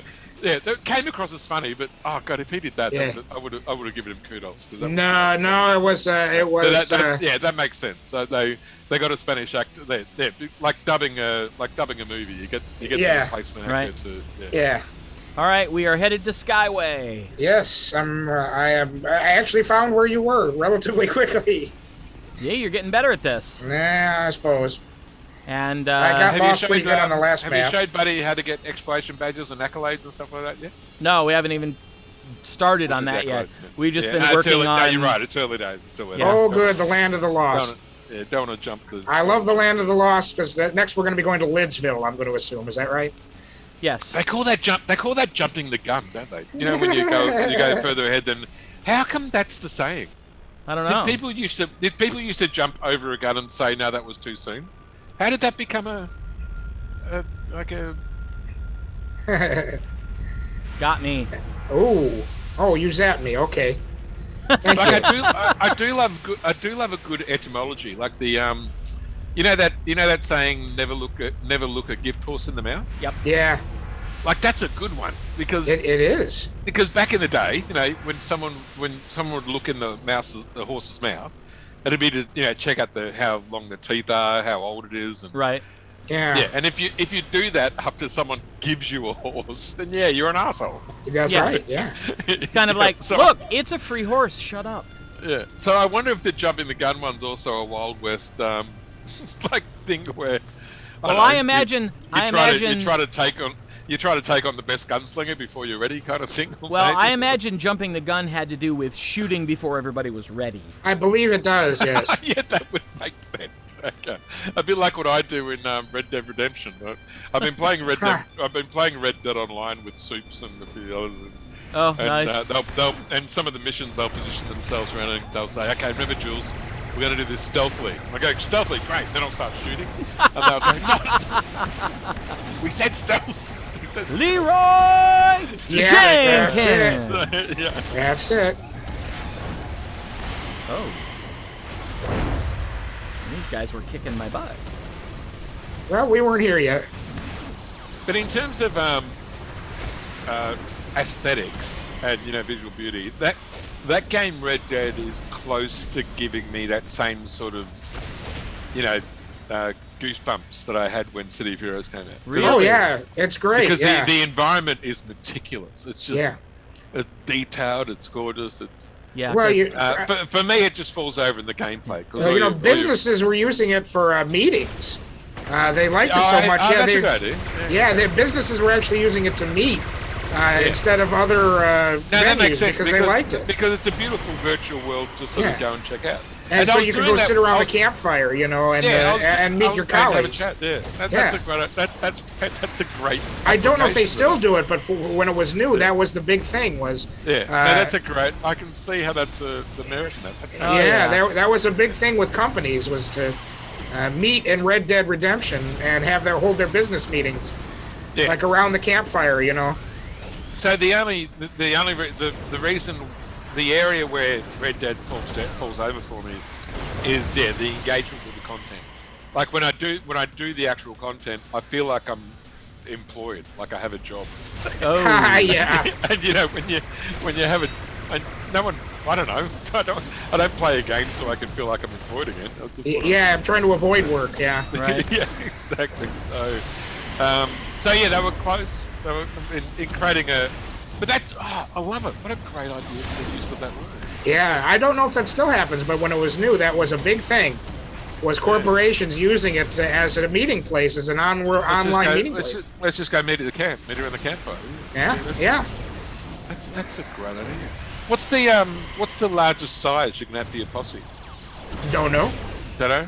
Never played it myself. I don't think I ever got to that limit. Yeah, I was playing the other day with Soups, and there was 7 people in the posse. They don't call them like in this game we call them teams, but right. In that game they call them posses. So. Yeah, sure. When you say Soups, do you mean Supergirl? Yeah. Okay, because I have a friend of mine whose online handle is Soups, S-O-U-P-S. Oh, okay. So I'm sitting here going, you know Jeff? Okay. Right. So his name, he just goes by Soup. Yeah. Is that a short for the longer moniker of Superman for him? No. Or something? Or? No. He's always just been S-O-U-P-S Soups. Yeah, okay. Somebody that I knew back from Live. Yeah, all right. Hey, no running. Oh, they're always running. Actually, they shouldn't. They probably have. Do you have a toggle, a DOT toggle on, Jeff? No. Oh, you don't yet. Okay. No. The only toggle I have on at the moment is beta decay. Right. So that doesn't have an integrated taunt, does it? Yes, it does actually. It does. Okay, right. Yeah. So usually, Buddy, when the tank has one of their sort of taunt toggles on, the enemies might want to run, but if they've been taunted, they'll run back to the tank. So that's why a tank's really good at having in the team, because he sort of bunches all the enemies together, so you can just sort of lay down your pain, lay down the group powers and the tank will keep a mob from scattering. Ooh, there we go, boss down. Yes. Yes, I know. I was there. Miss Thistle. Ooh. And level for Jeffrey. Oh, nice. Congrats. Oh, Phazelight. Is that it? Yeah, watch out, buddy. You're about to... Yep, I see that. Too late. Too late. Who did that to you then? Who was that? I don't know. There's a whole mob that just showed up. It spawned a mob, did it? Yep. Well, I can either go to the hospital and make my way back, or just finish the mission. No, just hang there for a second. Hang just there. We'll All right, or I can do that. You're still getting... The problem with going to the hospital is that if we're still killing things and you go to the hospital... See, right now you're getting residual experience. If you look at your system box, you'll see that every time we kill someone, you get a little bit of experience. I think do I have a... I gotta know. Let's see. I think I have an awaken. Yeah. I can awaken don't bother yet. When no, don't do it yet. Just click on... When we finish these guys, just click on go to hospital instead of mission complete. And that'll take... Because it does the same thing except revives you. It'll take you out of the map and top you up and revive you as well. But what I mean is stay in the map while we're killing things, so that you get all the goodies, you get all that free money. Okay, well, I mean, I could awaken and then heal and try to help you. Nah, We got this. Okay. Yeah. Or I could now just we've- lie here right on my now face. Right now we've essentially just turned you into a door sitter. I'm lying here on my face is what I'm doing. Yeah. Actually, when I first started playing this, and yeah, I had that same feeling of, oh, I'm not giving you utility right now. I'm not giving you. Yeah, but I do have to say though, there is a bit of imbalance in the game when you have a couple of strong characters and a few new characters. Like sometimes the new character is a little bit like a pea shooter next to the bazooka. All right. But it's. You can go to the hospital Okay, now. so go to the hospital now, and we'll meet you out there. Okay. I just saw I had a revival too. It was just one use, but Yay! All right. Where's the other one? Talos.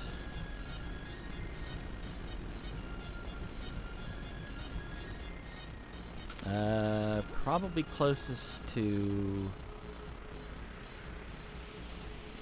Buddy, go ahead and get on the train and go to Talos Island.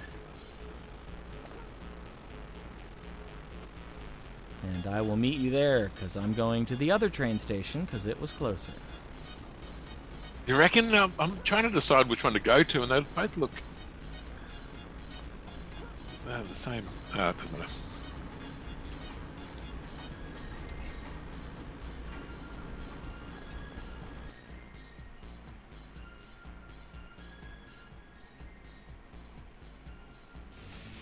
It has aged, but you look at the maps now though, Jeff, and yeah, that does look sort of like basic 3D stuff. But oh no, but when I look at it though, I still have that feeling of when I first got into the game, and it just felt like like just an amazing virtual world. Like, how did they do this? It's incredible. Yeah, I was staying with a friend for the summer. Was in between finishing doc school and starting teaching, and he was like finishing what and starting what? Doc school, finishing my PhD. Oh, okay. And before it was the summer before I actually started teaching. Right. And I had a friend of mine who worked construction, so he was gone all day. And he was like, "Here's my account, try this game." And I was like, "Seriously? You want me to get involved with a game that you have to pay for every month? Are you nuts?" Yeah, that's right. This subscription model. Yeah. And he was like, "Play the game, then bitch." I'm like, "Okay." Yeah. And he came home, and I'm still sitting at the computer, eyes red. Yeah. And he's like, "So what do you think?" I'm like, "Shut up! I'm killing things." Yeah. I remember that feeling of first being lost in a game. I first had it with SimCity 2000, where I loved SimCity. I'd start clicking on things and start expanding the zones and putting down the buildings, and it felt like it just started. But then I'd sort of pull myself back from the screen, and it was 3 days later kind of thing. It was just time changes. It's incredible. I loved SimCity. That was that was one of my favorites. So SimCity, the first one was great. I remember. Yeah, it was awesome. That and thinking it was amazing. But then I think SimCity 2000 kicked it up a notch. That really was a good combination of adding a little bit more complication, but still making it fun. But then I think they fell over with SimCity 3000. 3000 was just too convoluted. Incoming. I found. Oh, they're only blue. But there's a lot of them. Okay. No, you're right. Inundated. For me, the first game that got me was Civ 2. The Uber fan is a very big. Okay. Uber fan is a very big Civ fan. That's probably his favorite game. Yep. No, I'm a huge Civ fan. But I didn't know about the Civs until Civ 3. That's when I got into it. And Civ 3 was fantastic too. So did you find Civ 2 to be better than Civ 3? Or I still play 2. Yeah, right. Okay. To this day. I've tried a bunch of the other ones, And I'm like, yeah, this has gotten way too involved in micromanaging and... Yeah, okay, yeah. I know that feeling. That's the feeling I had with SimCity 3000. Because Ash and I still play Civ 5. Civ 5 we love. Civ 6 I love the graphics, but the what they did to the game machine, it wasn't that big fan. Well, if I remember right, Civ 2 was the last time the original creator was in charge. Oh, and Sid Meier? Like he wasn't involved in the other one? No. Oh, wait. It got taken away from him. Yeah, okay. Buddy, all those business assholes taking away the stuff from the visionary. Yeah. They just need to get out of the way. I hear ya.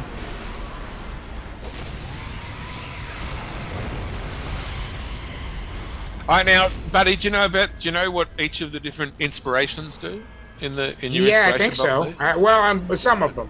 Some of them I haven't really got the hang of using. So the ones that I felt most confused, that I found the hardest to get my head around, was the orange shield and the purple shield. yeah, those are. I'm still haven't quite got the hang of those yet.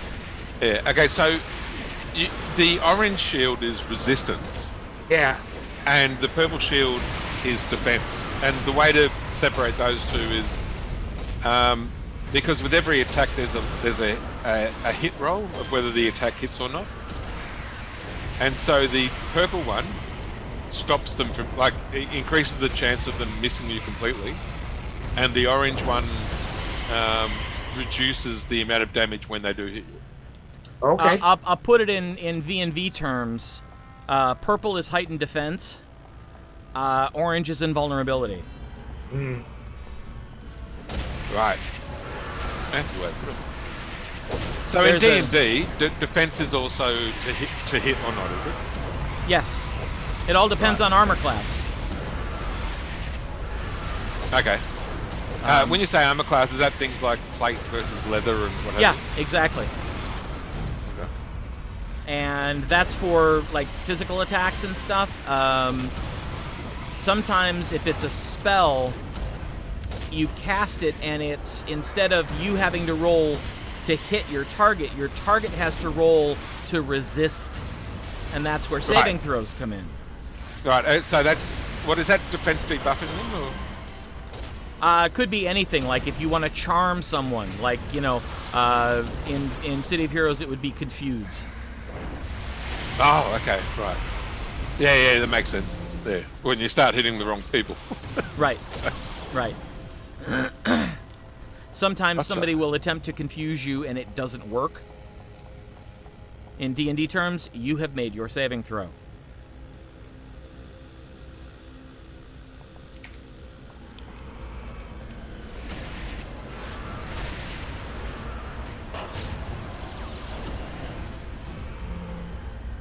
Oh, a whole bunch of them. Yay.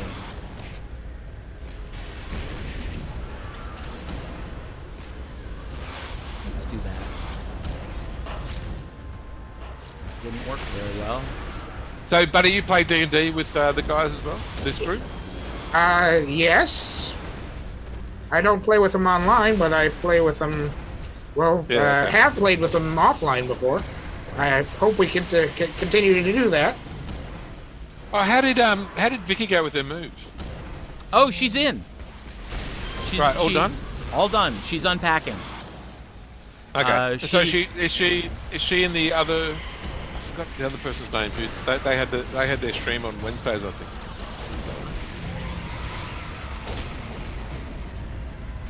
I've seen a couple of times where her and another player, they did D&D together. It was on this. It was on this channel, wasn't it? It was on the Artifacts Worldwide. Yeah, that's our D&D game. Yeah, what did they call their stream? What's that channel called? Player chat. Player chat, that's right. Yeah. Player chat is on hiatus at the moment. Right, okay. Well, that makes sense, given all the stuff going, given everything going on. Yes. Yeah. And Uh-oh. Dropped. You want a wakey? Yeah, I can. Well, is there... I'll give you this big one. Hold on, there's something there that... Oh, there's someone there. I see. Yeah. I got him. All right. Now you can wake up.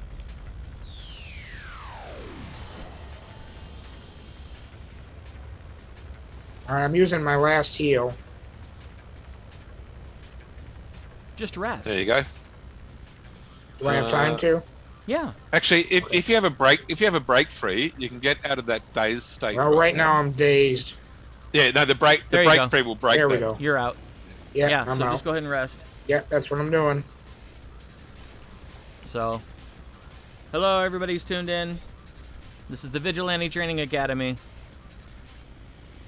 We've got a couple of us that have played for years and years and years, and one person, this is their 4th week playing any MMO, let alone City of Heroes. All true. So, and we're running Vigilante tip missions at the moment. All set.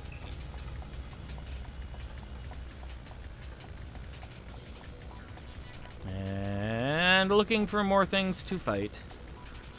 I hate Circle of Thorns, but...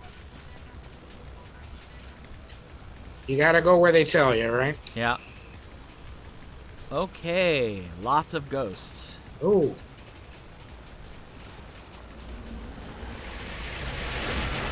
I'm gonna target the big one. Because I'm the tank, and that's what we do.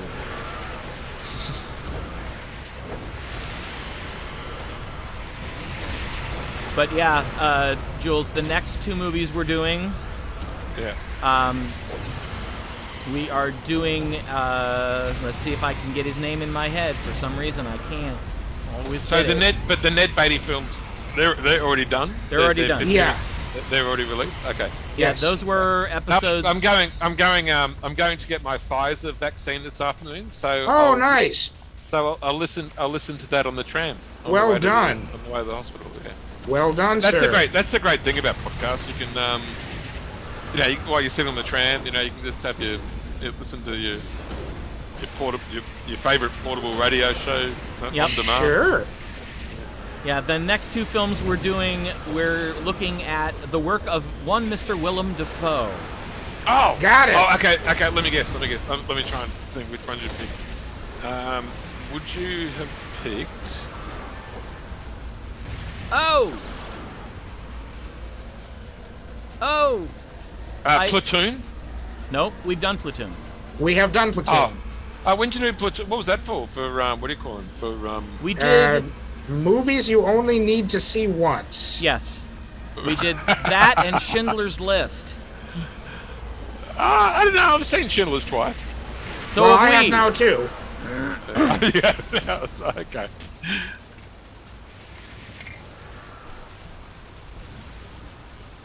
But Oh man, when this guy slaps you, he really slaps you.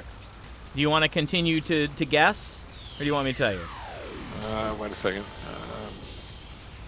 Now one more zap. Got him. I was going to say with Nail and I, but it looks like it's Richard E. Grant, isn't it?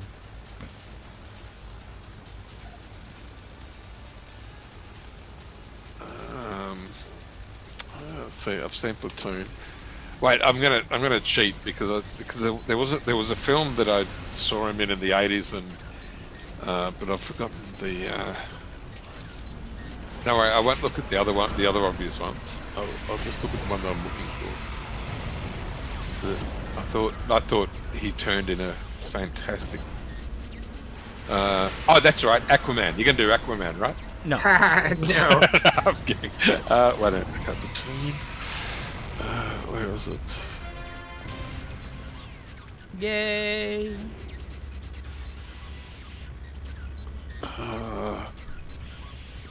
Yeah, no, I was thinking of Last Temptation, but you probably won't do that one though, would you? No. Last Temptation of Christ? No.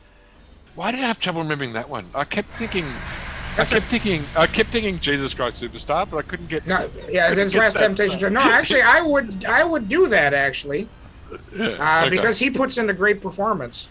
Yeah, yeah. No, well, the guy's insanely intense. Like, Yes. I can just imagine anything he does. I don't know. I wonder if even on Spider-Man, if he was overbearing. I imagine he probably was. Yeah, but in fact, I don't even think he'd be overbearing. He's just an intense actor. From all accounts, I hear that he's quite nice. Yeah. Yes, I have heard that too. No, we are going to do Boondock Saints. Right, you said Boombox? Boondock Saints. Oh, Boondock Saints. Okay. Yep. Oh, was he? Oh, yeah. Yeah, he was the detective. Right. Yeah. Trying to catch them. Yeah, that's right. And then we are going to do one of my absolute favorites. I've been waiting for us to get to this one. Shadow of the Vampire. Where he plays Max Schreck. Yep. Right. Two radically different roles. That's what you want in your sort of the juxtaposition, the contrast. The jumping like that. That's hilarious. That one need to be what you're talking before with the Superman versus Deliverance. Yeah. It is our technically worst pairing. Before that, our weirdest pairing was when we decided to do Road Pictures. Buddy wanted to do Sideways. And we were racking our brains what to pair it with. And I was like, do we go back to the old Hope and Crosby Road Pictures or what? And then I just had this epiphany and started to laugh. And Buddy and Chad were like, all right, what? I said, The Muppet Movie. And that ended up being our pairing. We didn't think of anything better. We needed to do it anyway. The Muppet Movie with which other one? Sideways. Oh, wait a minute. What's the crossover with those two? Road Pictures. Yeah, they take place as they're traveling during the road pictures. Yeah. Muppet Movie. What a great road picture. Yeah, it's a great one. It's one of my favorites. One of my earliest favorite films. Yep. Yeah. Still, I still count it as one of my favorites. All right. I still know all the words to Why There's So Many Rainbows. Of course. And every time you hear it in your head, like I just said that song now. Is everyone now have that song in their head? Rainbow Connection. With Jim Henson's accent. Yeah, with his voice. Where did you go here? We are Jeff? going back to Faultline. Okay. It's now time to go to the dam and talk to the damn guy. I wonder what's going on. Do we have to talk to the damn guy? We have to talk to the damn guy. Well, sometimes you just got to talk to the damn guy, you know? I wonder what's going on here. I don't think I'm getting the Vigilante effects, which should be... That's weird. Faultline, right? Oh, wait. No. It looks like to go from Rogue to Blue Side, you have to do the hero tips. You do. So maybe that's why that makes sense actually. And then you can go back to Vigilante because that's fine. They think actually Rogue... what I might do then is let me just go grab another character. Okay. That way I'll bring more. I'll make Buddy feel more useful because at the moment I think I'm just killing everything and if my character's not as strong, then I think we'll all have to do a bit of lifting. So that might be a better idea. Oh, I don't know. I think I did a fair amount of lifting. Oh yeah, we're out to the other side of the dam now. So I've got a tank and a guardian. Maybe I'll bring in a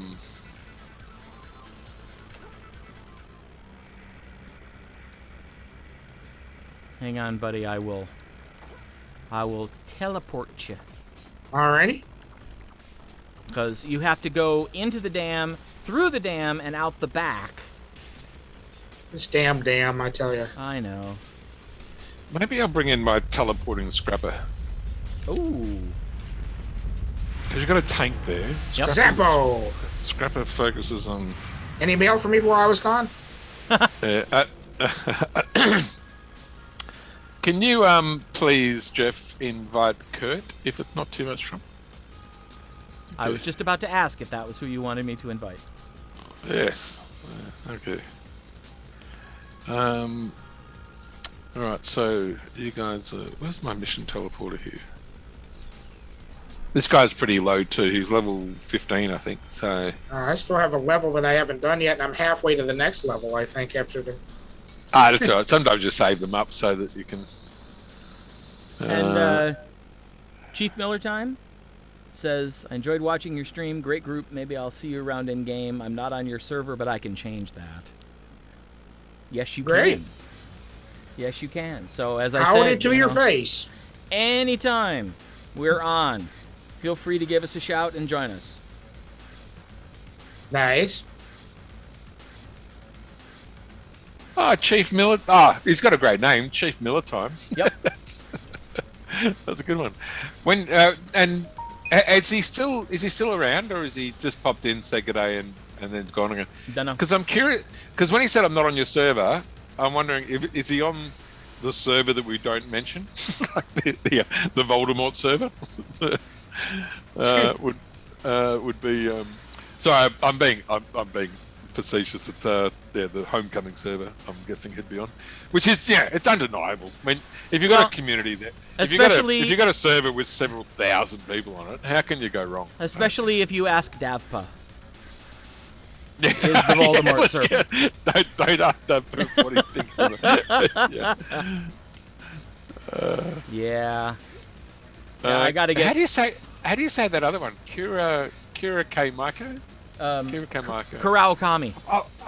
Kurakama, and then the COH would be City of Heroes, I'm guessing. Yes, Karaokami COH. Kurakami COH, yeah, gotcha. That's the character that I started this whole thing with Nikki. Oh, sorry, is that you? Yeah. That's your account. Sorry, okay. Yeah. Now I was expecting Jeff to be your. I don't think I have the mission up yet, do I? Oh. Nope, because I didn't bother to select it. There we go. There we go. Good. Thank you. We're in Faultline. So, just get to Faultline and I'll bring you to us. But he was having enough trouble navigating things that I decided I went and got a couple levels on my own just so I could take Recall Friend. It's awesome. It's your own personal taxi. It is. Yeah. It's my own super Uber. Yes. When which literally means the same thing. Because Uber wasn't around back when this game started, buddy, they when they first started this game, they had this problem where because you couldn't get your travel powers until level 14, 14, 16, 14. You got access to the level 1 travel powers at 6, and then the big ones at 14. Yeah, and so people would go into Faultline, into Hollows, fall down the abyss, and then couldn't get out because this is before prestige powers and before the other. And so you would have people in the game who would specifically be character taxis. Yeah. Who'd listen to the help channel, and someone would say, "I'm stuck and I can't get up. I'm falling and I can't get up." And these characters, and then these people would go and rescue these characters that are because if you log a character out and then log back in again, you're in the same spot. So they couldn't. So Spooner in the chat says the Hollows was too FKing big. Yeah, especially for those earlier Taxibot. We on Pinnacle we had a character named Taxibot. That's right. Yeah. Was that? I don't know why they call them bots though, because these guys were real people. Yeah. Well, he actually had it set up so that he had it set up so that if a certain tell came in, it would trigger. Oh, okay. So it was essentially a bot. Okay, yeah. Gotcha. And so you know if you got stuck, you just tell Taxibot, "Help, I'm stuck," and that character would bring you would come and get you right to where it was. Yep. Yeah.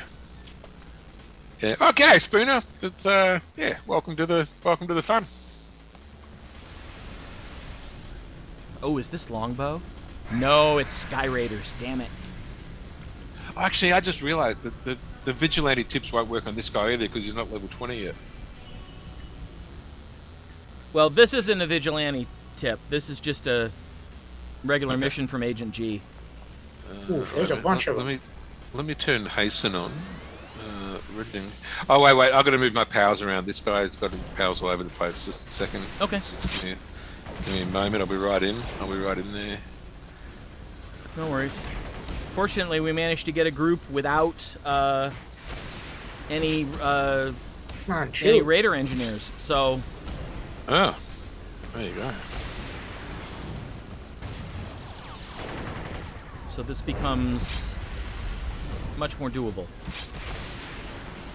Ooh, contaminated? Did it? Yes! There's one power in this set that it's an attack power, but if your target is contaminated, Come on. it will heal you as well as do damage. Oh my god, 3 misses in a row? You are seriously not Pop a yellow. with me. I never miss that often. Yeah, I know these guys might have high. I think they do. They've got high. They've got force field generators and oh yeah, we know about those. Yes, we do. So if you pop a yellow, you'll see you hit a bit more. Yep. Although not immediately. Aha! I got the Raider engineer before he pulled the thing. Oh, nice. Also, sometimes your secondary mutation gives you a like just then I got the focus. I got heightened speed then. So in your powers, you should have a power called secondary mutation. Yeah, I almost never use it though. Yeah. The potential for Ricky Monkey is annoying. Yeah.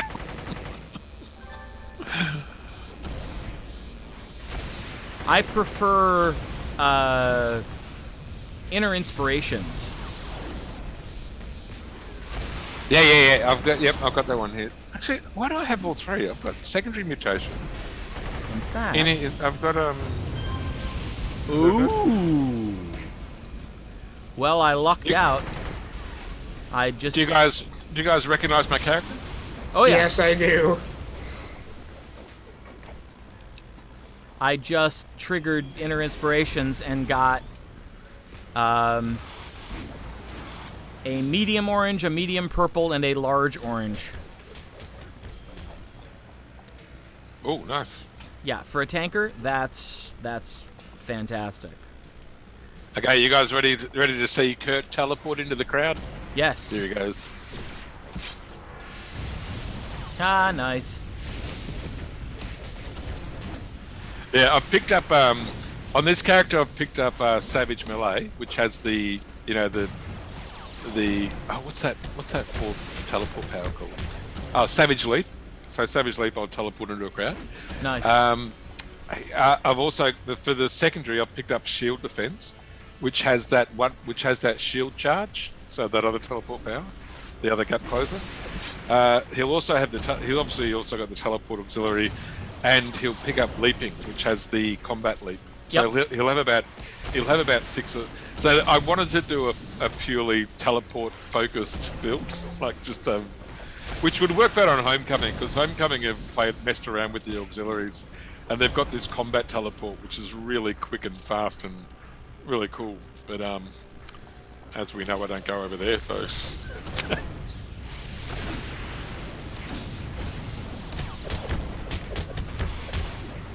Damn it, Kurt. You had one job. The benefit of the Scrappers, buddy, is that they're a little bit more squishy, so their survivability is quite a bit lower than the brutes and the tanks and the close-up guys. But they dole out huge amounts of damage. Like Yeah. they've got quite frequent critical hits. Yeah, I've noticed. They're kind of the opposite of the tanker. Yeah. Because the tanker is high survivability, medium damage. Scrappers are medium survivability, high damage. What's the built-in AT power of the tank again? It should be in the bottom part of the inherent. So if you look at the inherent powers on your power list, Right. like my one's called critical hit. It's called Gauntlet. Gauntlet, yeah, right. And that gives you defense, doesn't it? That's Although many may try, few can withstand the irresistible force of the tanker. Each time a tanker attacks, he engages the target and those around him, enticing them to attack the tanker. Each punch continues to provoke your enemies, which allows the tanker to do what he does best. be a meat shield. Yeah. And, you know, almost die, like I just did. Oh yeah, look at you there. You're quite a... Do you want some greens? No, I'm fine. Selected. Dang. Do you want me to get the blinky? I'll heal. Yeah, go ahead. Oh, that's why. Another frickin' force field generator. That's why. So what mission are we doing at the moment? The get stolen codes. Like what contact is this from? This is Agent G. This is the first Agent G mission in Faultline. Okay. Oh, Agent G. Okay. Damn it. Here comes another generator. Didn't get to him in time. I got it. Ooh, you little son of a bitch. Sneaking up on me, eh? Now you're starting to sound like a City of Heroes player. Well, I'm gonna toss him around like a rag doll now, you son of a bitch. Rat fucking bastard. Now you get to eat laser, you son of a bitch.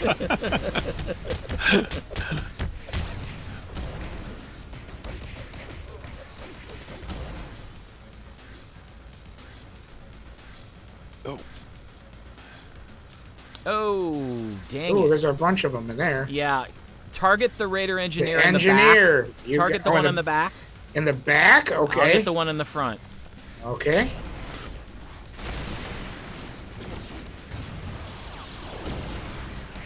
No, no, no, no. I'm getting a bit of knockback on this guy. I'm gonna have to Hit him. get his. Damn meat it. check. Hit. There. Does it Did he help? drop a? Did they drop a generator on you, or you got out of there? No, I think we got him. we got him. This one- Capitan. This Capitan has some defense on him. Look at this. I can't hit him. Here, this should help. Ah, thanks. Coming with your beta decay. Yep. There we go. That could help. And resting. Thank you. Actually, radiation's a perfect match against that Skyrat, isn't it? Yes.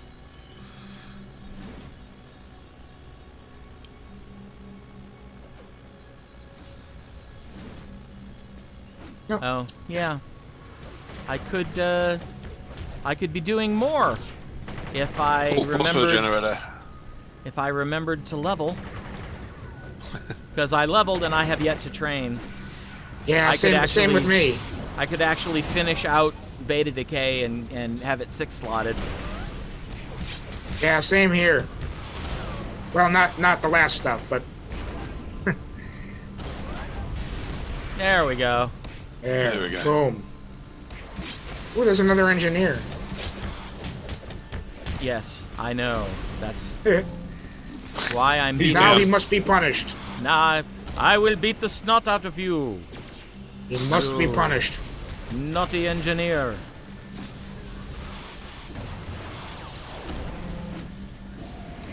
I don't know. I haven't really thought about it, but I have to imagine that Becquerel is Russian.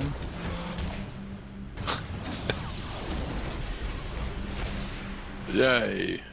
So we take down many bad things.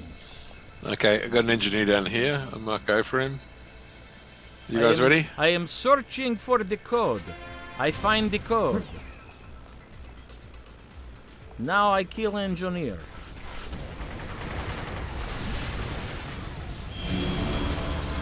Oh, congratulations! Ah, yes. Level up inspiration. You get more power. Yeah, I get much more power. I get full power now.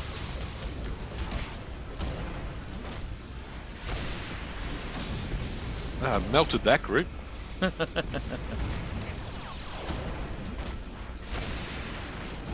While I've got these, I'm gonna go get the next group. Go for it. Got to take advantage of this super ding. Yeah, might as well. It is all experience. It's good.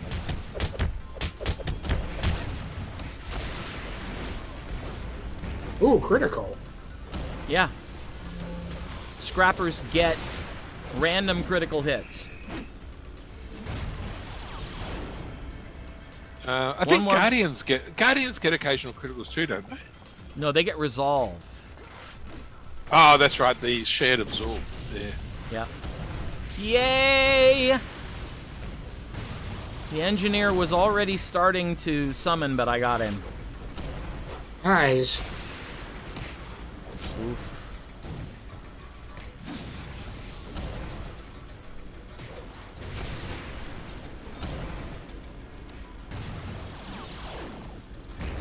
Where'd you go? Actually, Jeff, if you pop your experience power, it'll give you some patrol XP to get you through the level a bit faster, if you like. Done. All right. There you go. I think... See, can you see his screen there, buddy? No, I can't see anybody's screen other than mine. Oh, you can't see anyone else's. Okay. He's got there's a temporary power called Experienced, and it fills up half of your level with what they call Patrol XP. Patrol XP gives you double experience for, while it's kind of like a grey, a kind of half color shadow. It's like it fills up your experience area with like a shadow area, and while you're in that shadow area, your XP counts for double. Oh, okay. Yeah, you're right through. We haven't talked about that, and I have no idea how that works. Yeah, so if you look in it depends if you've collected your account items. Yeah, he's because your account's so young, you might not have that power yet. Actually, now I think about it. So I'm sorry that I teased you with it. You might. I don't know what you're talking about, so it's hard to tease me with it. Well, if you look if you click powers down by your inspirations and look, it will be a power called Experienced. It'll be on the right. So when you look at the powers, it'll be under temporary powers at the top. On the right-hand side. Yeah. It's got 3 columns. The left one is your primary power set. The middle one. The middle one. I do have one that's called Experienced. Yeah. Well, Okay. Drag it down into your tray into one somewhere. of the empty.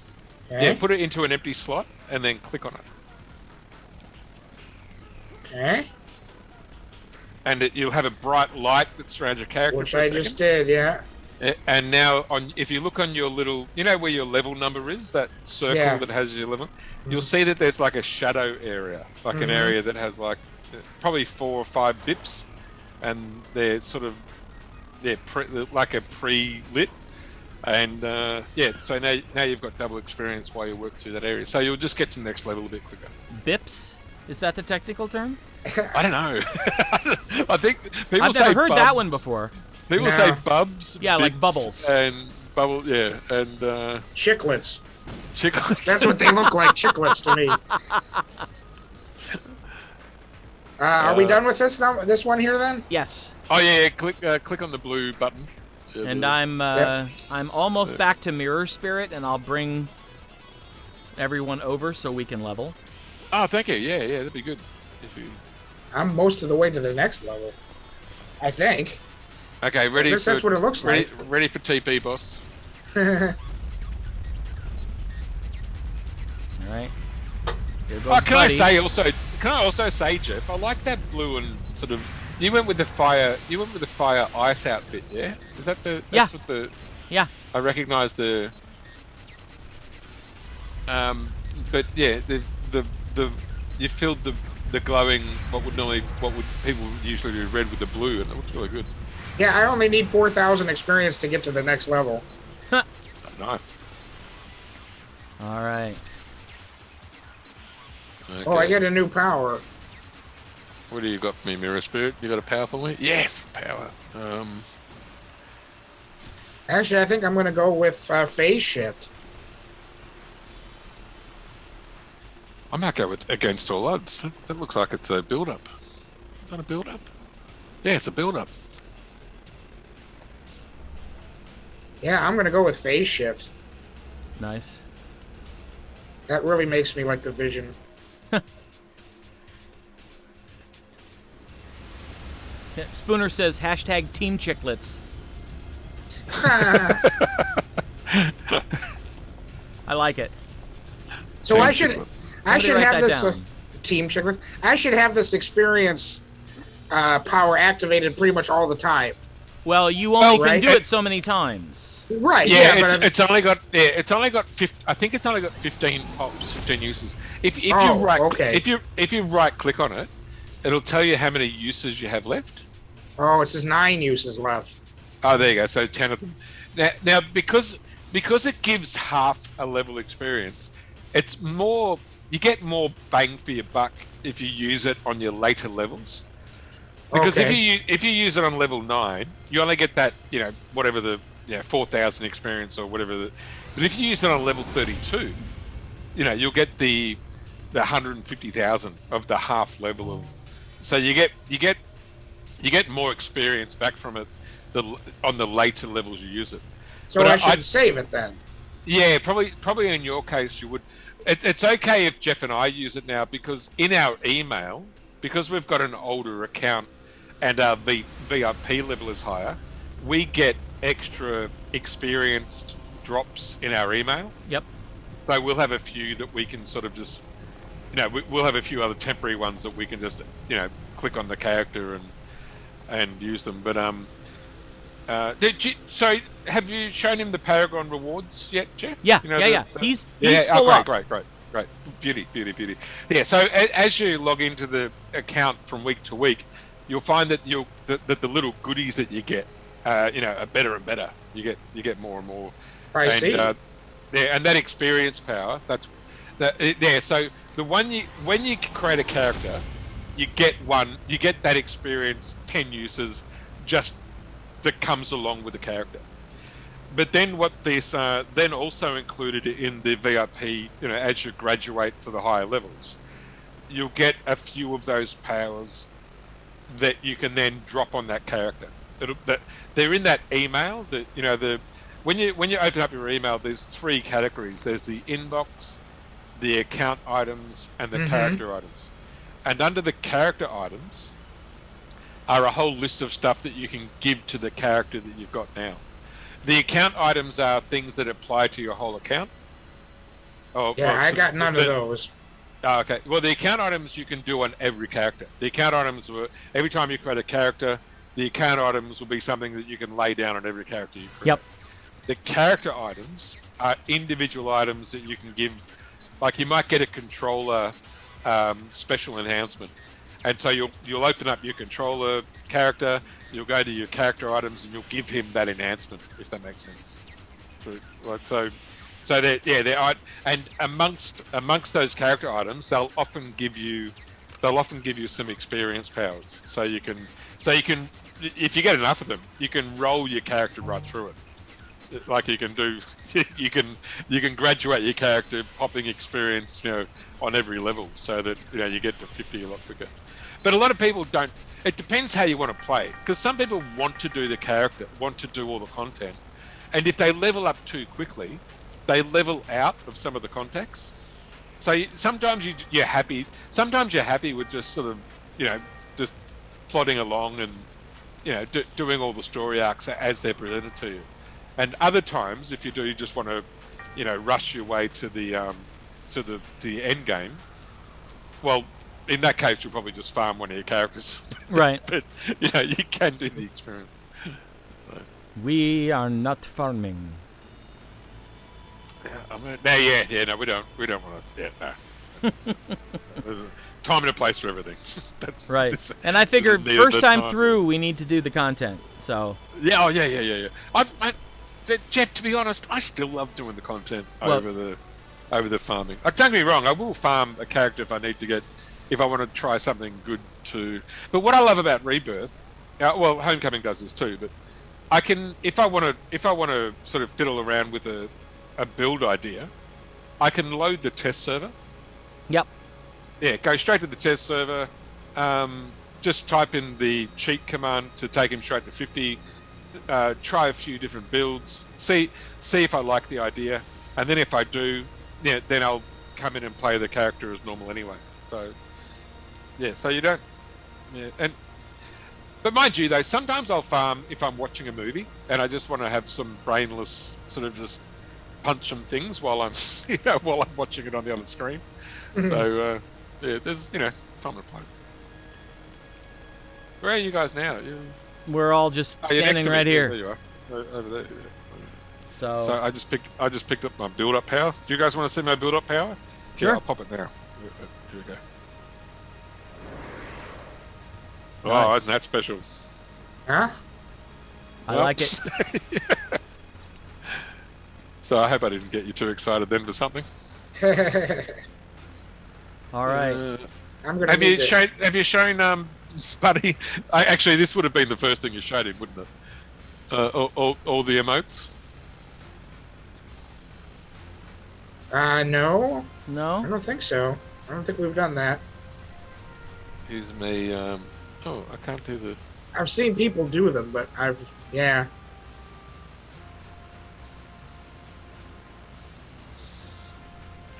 I like the karate dance. Like, this is one of my favorite ones. Yeah. Oh yeah. Check out the. Yeah, baby. That's the elbows. Look at that. See, this was flossing before flossing was a thing, buddy. I guess. Yeah, you could do all the basketball dribble.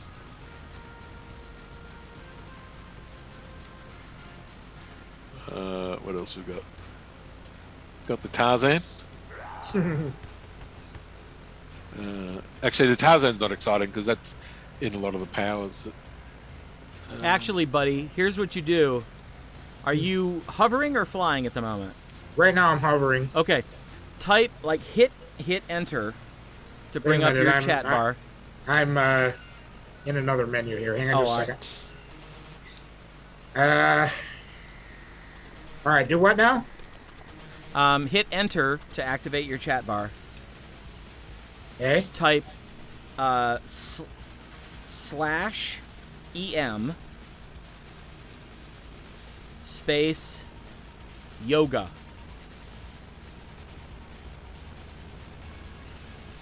Ah, very cute. Cute. I always love doing that with hover. Yeah, he showed you the proper way to type that, because /EM is obviously the command for emote, and then that's the emote you picked. But there's actually a shortcut now. So if you type in, without pressing enter, just hit the semicolon button. When you hit semicolon, it'll light up the chat box straight away. Yeah. And then now type in yoga.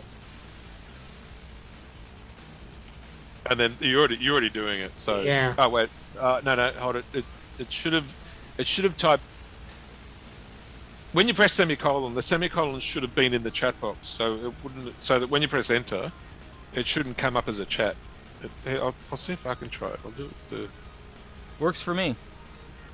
See. No, wait a sec. Oh, I see what happened then. So how do I get out of this? Oh no, wait a second. I'll just move forward. Just move anywhere. Yeah. Oh, okay. Cute. Yeah. Fun stuff. So, I have to ask Buddy, since, this is much later than we usually play. Yeah, I've noticed. How much longer do you want to go? It must be getting on for you guys there too, yeah. Oh, and also I should be getting ready to go to the. Like I said, I got to head into the city to get my shot. So. Oh yeah. Right. Yeah. Well, we certainly don't want to delay. No, I'm doing okay. It's still 2 hours away, so it'll only take me 45 minutes to get to town. Oh wow. So. Well, good for you for getting your vaccination. That's what we all need to do. Yeah, no, I don't need a medal. It's a no-brainer.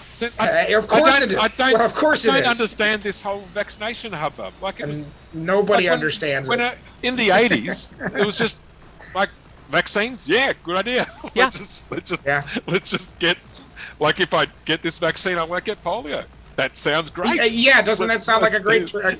That sounds like a great idea. If I get this vaccine, I don't get a lung disease that's going to kill me and everybody I know. Understand it.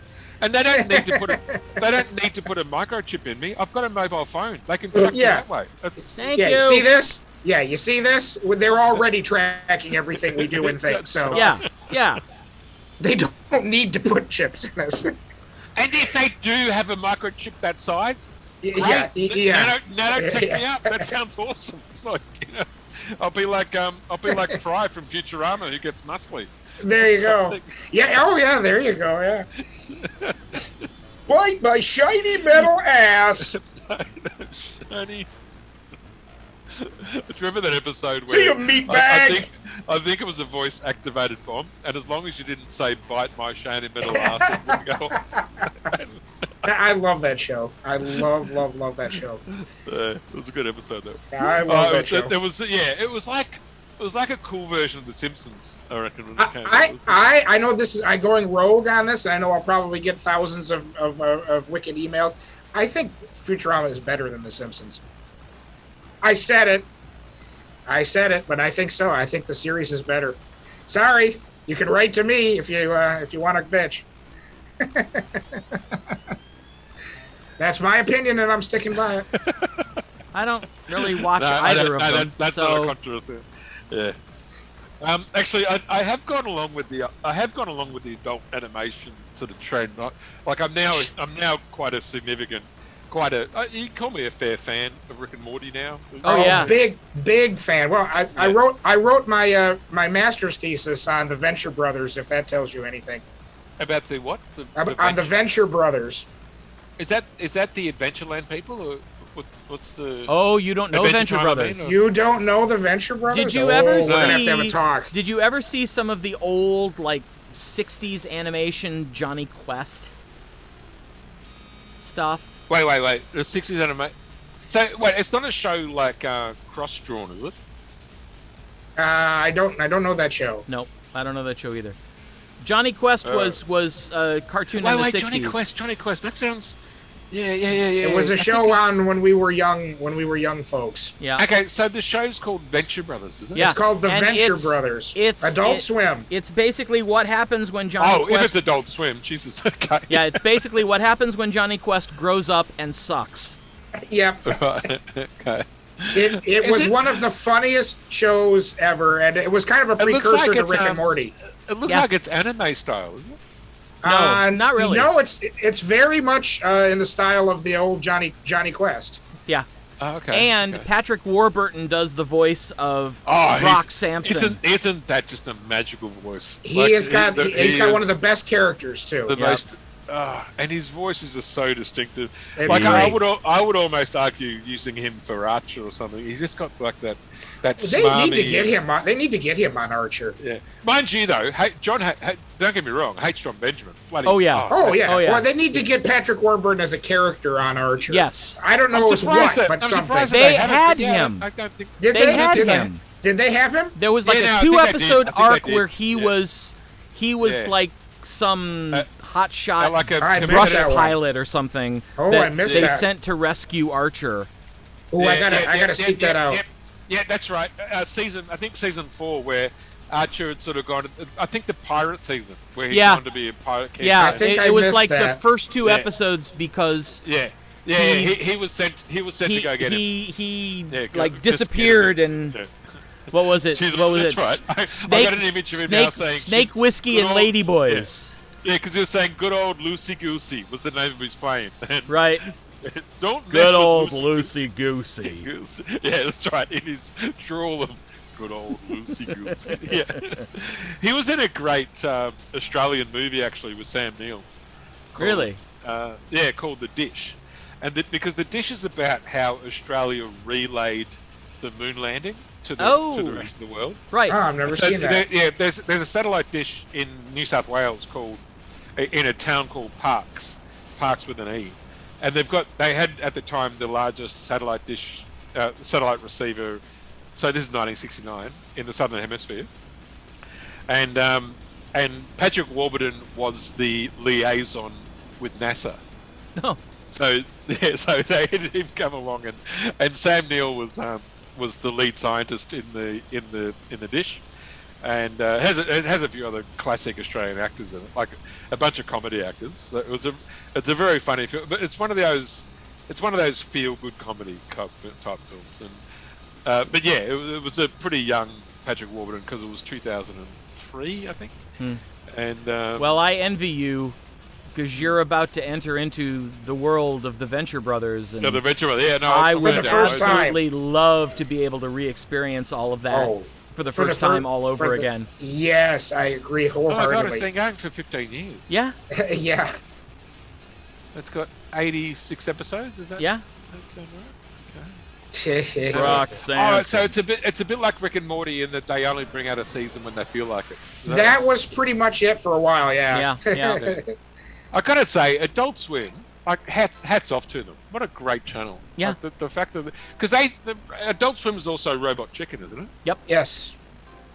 Yes. And yeah, they just seem to take a punt where others wouldn't dare to venture. And what was it? Space Ghost Coast to Coast. That was the first. That was the very first one. Man, I loved that show. I did too. That was one of my favorites. Yeah. It was a mock interview program featuring the characters from the old Space Ghost cartoon. Yeah, and what's that one called? Space Ghost? Space Ghost Coast to Coast. Coast to Coast. Space Coast to Coast. Okay. Well, first thing first, I got to download this Venture Brothers show. It smells like Cartoon Planet. Yeah, it actually preceded Adult Swim. That was back when it was Cartoon Planet. Yep. It was just on Friday nights on the Cartoon Network, and that was about the only show they had for a while. Was Space Ghost and Brack, who I love. Later, Brack was one of my favorites. Yeah, but so was Zorak. So. Yep. Johnny Shoes is watching. He says, Brack says, "Don't touch me!" Yeah. Mr. Pickles! One time, I hired a monkey to go to class for me.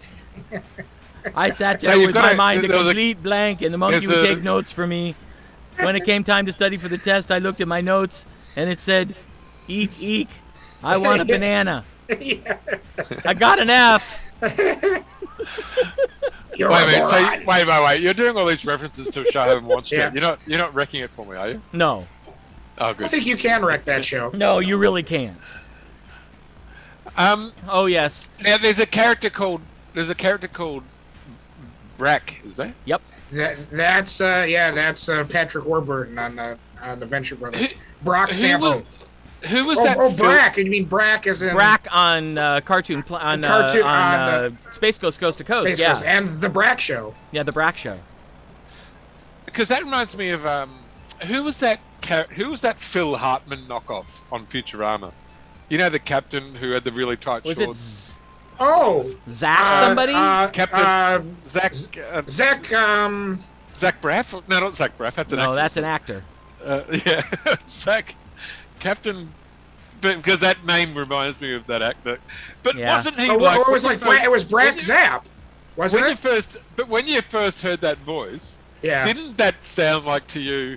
Oh, I know what happened there. The director or the showrunner, the note he gave them was, "Do your best, Phil Hartman." Zapp Brannigan. Zach Brannigan. It was Captain Zapp Brannigan. Captain Zapp Brannigan, that's right. He wore no pants, so it was great. Because when I saw the character's mannerisms and voice, the first thing I thought of was, oh, that's someone trying to do Troy McClure. Yeah. Yeah. Hi, you might know me from It's Particular. Yeah. I'm Troy McClure. I'm Troy McClure. Oh my God, Phil Hartman. What a bloody great character. We're trying to go on. The spirit is willing, but the flesh is spongy and bruised. That was Zapp Brannigan. Probably my favorite episode. Snoo, snoo. Snoo, snoo. Snoo, snoo. Death by snoo, snoo. Death by snoo, snoo. Man, what they good for? Snoo, snoo. Oh. That's right. Johnny Shoes also That's brings right. up Harvey I forgot Birdman. Oh, and forgot about that that's episode. all-time. One of my all-time favorites is Harvey Birdman. Wait a minute, Harvey Birdman, because Harvey one of my Birdman, favourite- attorney at law. I'll take the case. Wait, what show is that from though? Harvey That's what it's Birdman, called. attorney at law. It's a is that from the rip-off Coast- of Birdman, yeah. Is that from the Birdman and Coast- the Galaxy Trio was the name of the original show. Oh, Hey. okay, right. Did you get that thing I sent you? Peter Oh Pan. wait, is that But did Phil Hartman do that voice as well? Did he? Or Phil someone else? Hartman? I'm not sure if he was on that show, but Stephen Colbert was. Yes. Stephen Colbert was a regular character on that show. Right. Okay. Phil Ken Sebin. Yeah, he was the boss. He was the boss. Birdman, before- get in here. Now, before you guys head off, there's a file I want to give you. Are you guys on? Well, I know Jeff, you're on Discord. Yeah. So I'll if send you the get link. it to me, I can get it to Buddy.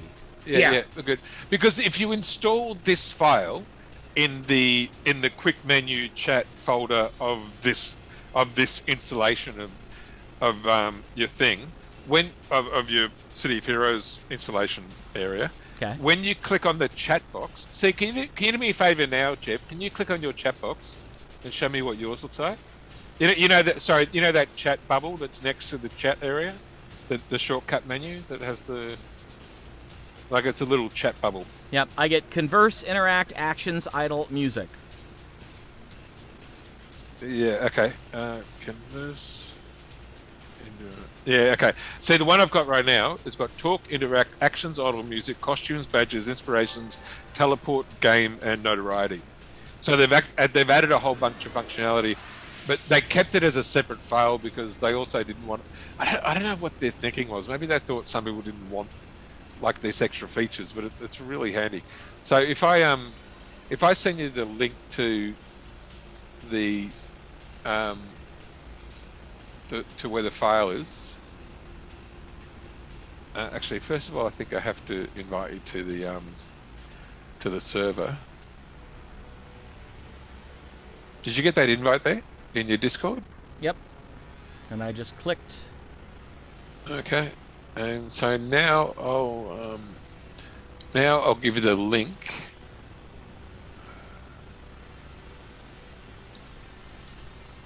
So if you click on that link now, it'll take you to a channel in their server called Files and Links. Yep. And you see that little file that's in that conversation there, that quickchat.mue. If you put that into the data, text, English menus, like that exact file, and then log out and then close down the game, restart it, you'll get this whole big awesome menu that's got, and that way when well, I think you can still use all the emotes with the current menu, but right. But yeah, if you check out the new one, if you check out that updated one there, you'll like. The reason I love this menu is because if I hover over badges, I can if I'm like, you know how sometimes you're going for an accolade and you don't know which ones you're missing. Right. With this menu, you can hover over the accolade you're after, and then it'll say, "Oh yeah, you've got this," and you can see the exact one you don't have, and so then you can. So it helps you sort of tick off the boxes. Nice. So, that's just. It's also the teleport one. Also has a different range of teleport, like the assemble the team, recall friend, Oro, Pocket D, mission teleporter base. So yeah, it's got them all just bundled together. Like it's really like what they. I thought, why isn't this default? Yeah. Anyway, I better let you guys go. All right. Thanks for letting me play. Oh, anytime. And, you know that. And if I'm able to catch you again next week, then yeah, I'll jump in. It's a bit was funny that- now. It's a bit funny as you know now, Jeff, because it's Thursday. Since I've moved to Melbourne and I'm hanging out with my family, Thursday mornings can sometimes be full, sometimes be free. So it changes from week to week. So, Right. So it's just. Right. But yeah, definitely. If I go, Thursday morning, I'll try and sneak my way into the playroom and see what I can do. We're Well, hoping it's great to meet you, Jay. Yeah, you too, buddy. I look forward to listening to your other episodes. Yeah. We're hoping Nikki will be back next week too. Yes. There we go, and then we can start doing cool stuff. Like we almost have enough then for task forces and stuff. Huh? Yeah, we'd have 4. Yeah. Actually, the great thing about some of the task forces need 6, but the great thing about playing on Rebirth is because I have 7 accounts, I can load in 2 or 3 other characters. Then we can start the task force, and then I can just drop the other 2. Right. And then the 4 of us can do whatever. So if we want to do a task force like I don't know, Positron or something like that, then yeah, that could be good. Well, Yeah. I would love to have Buddy experience some task forces.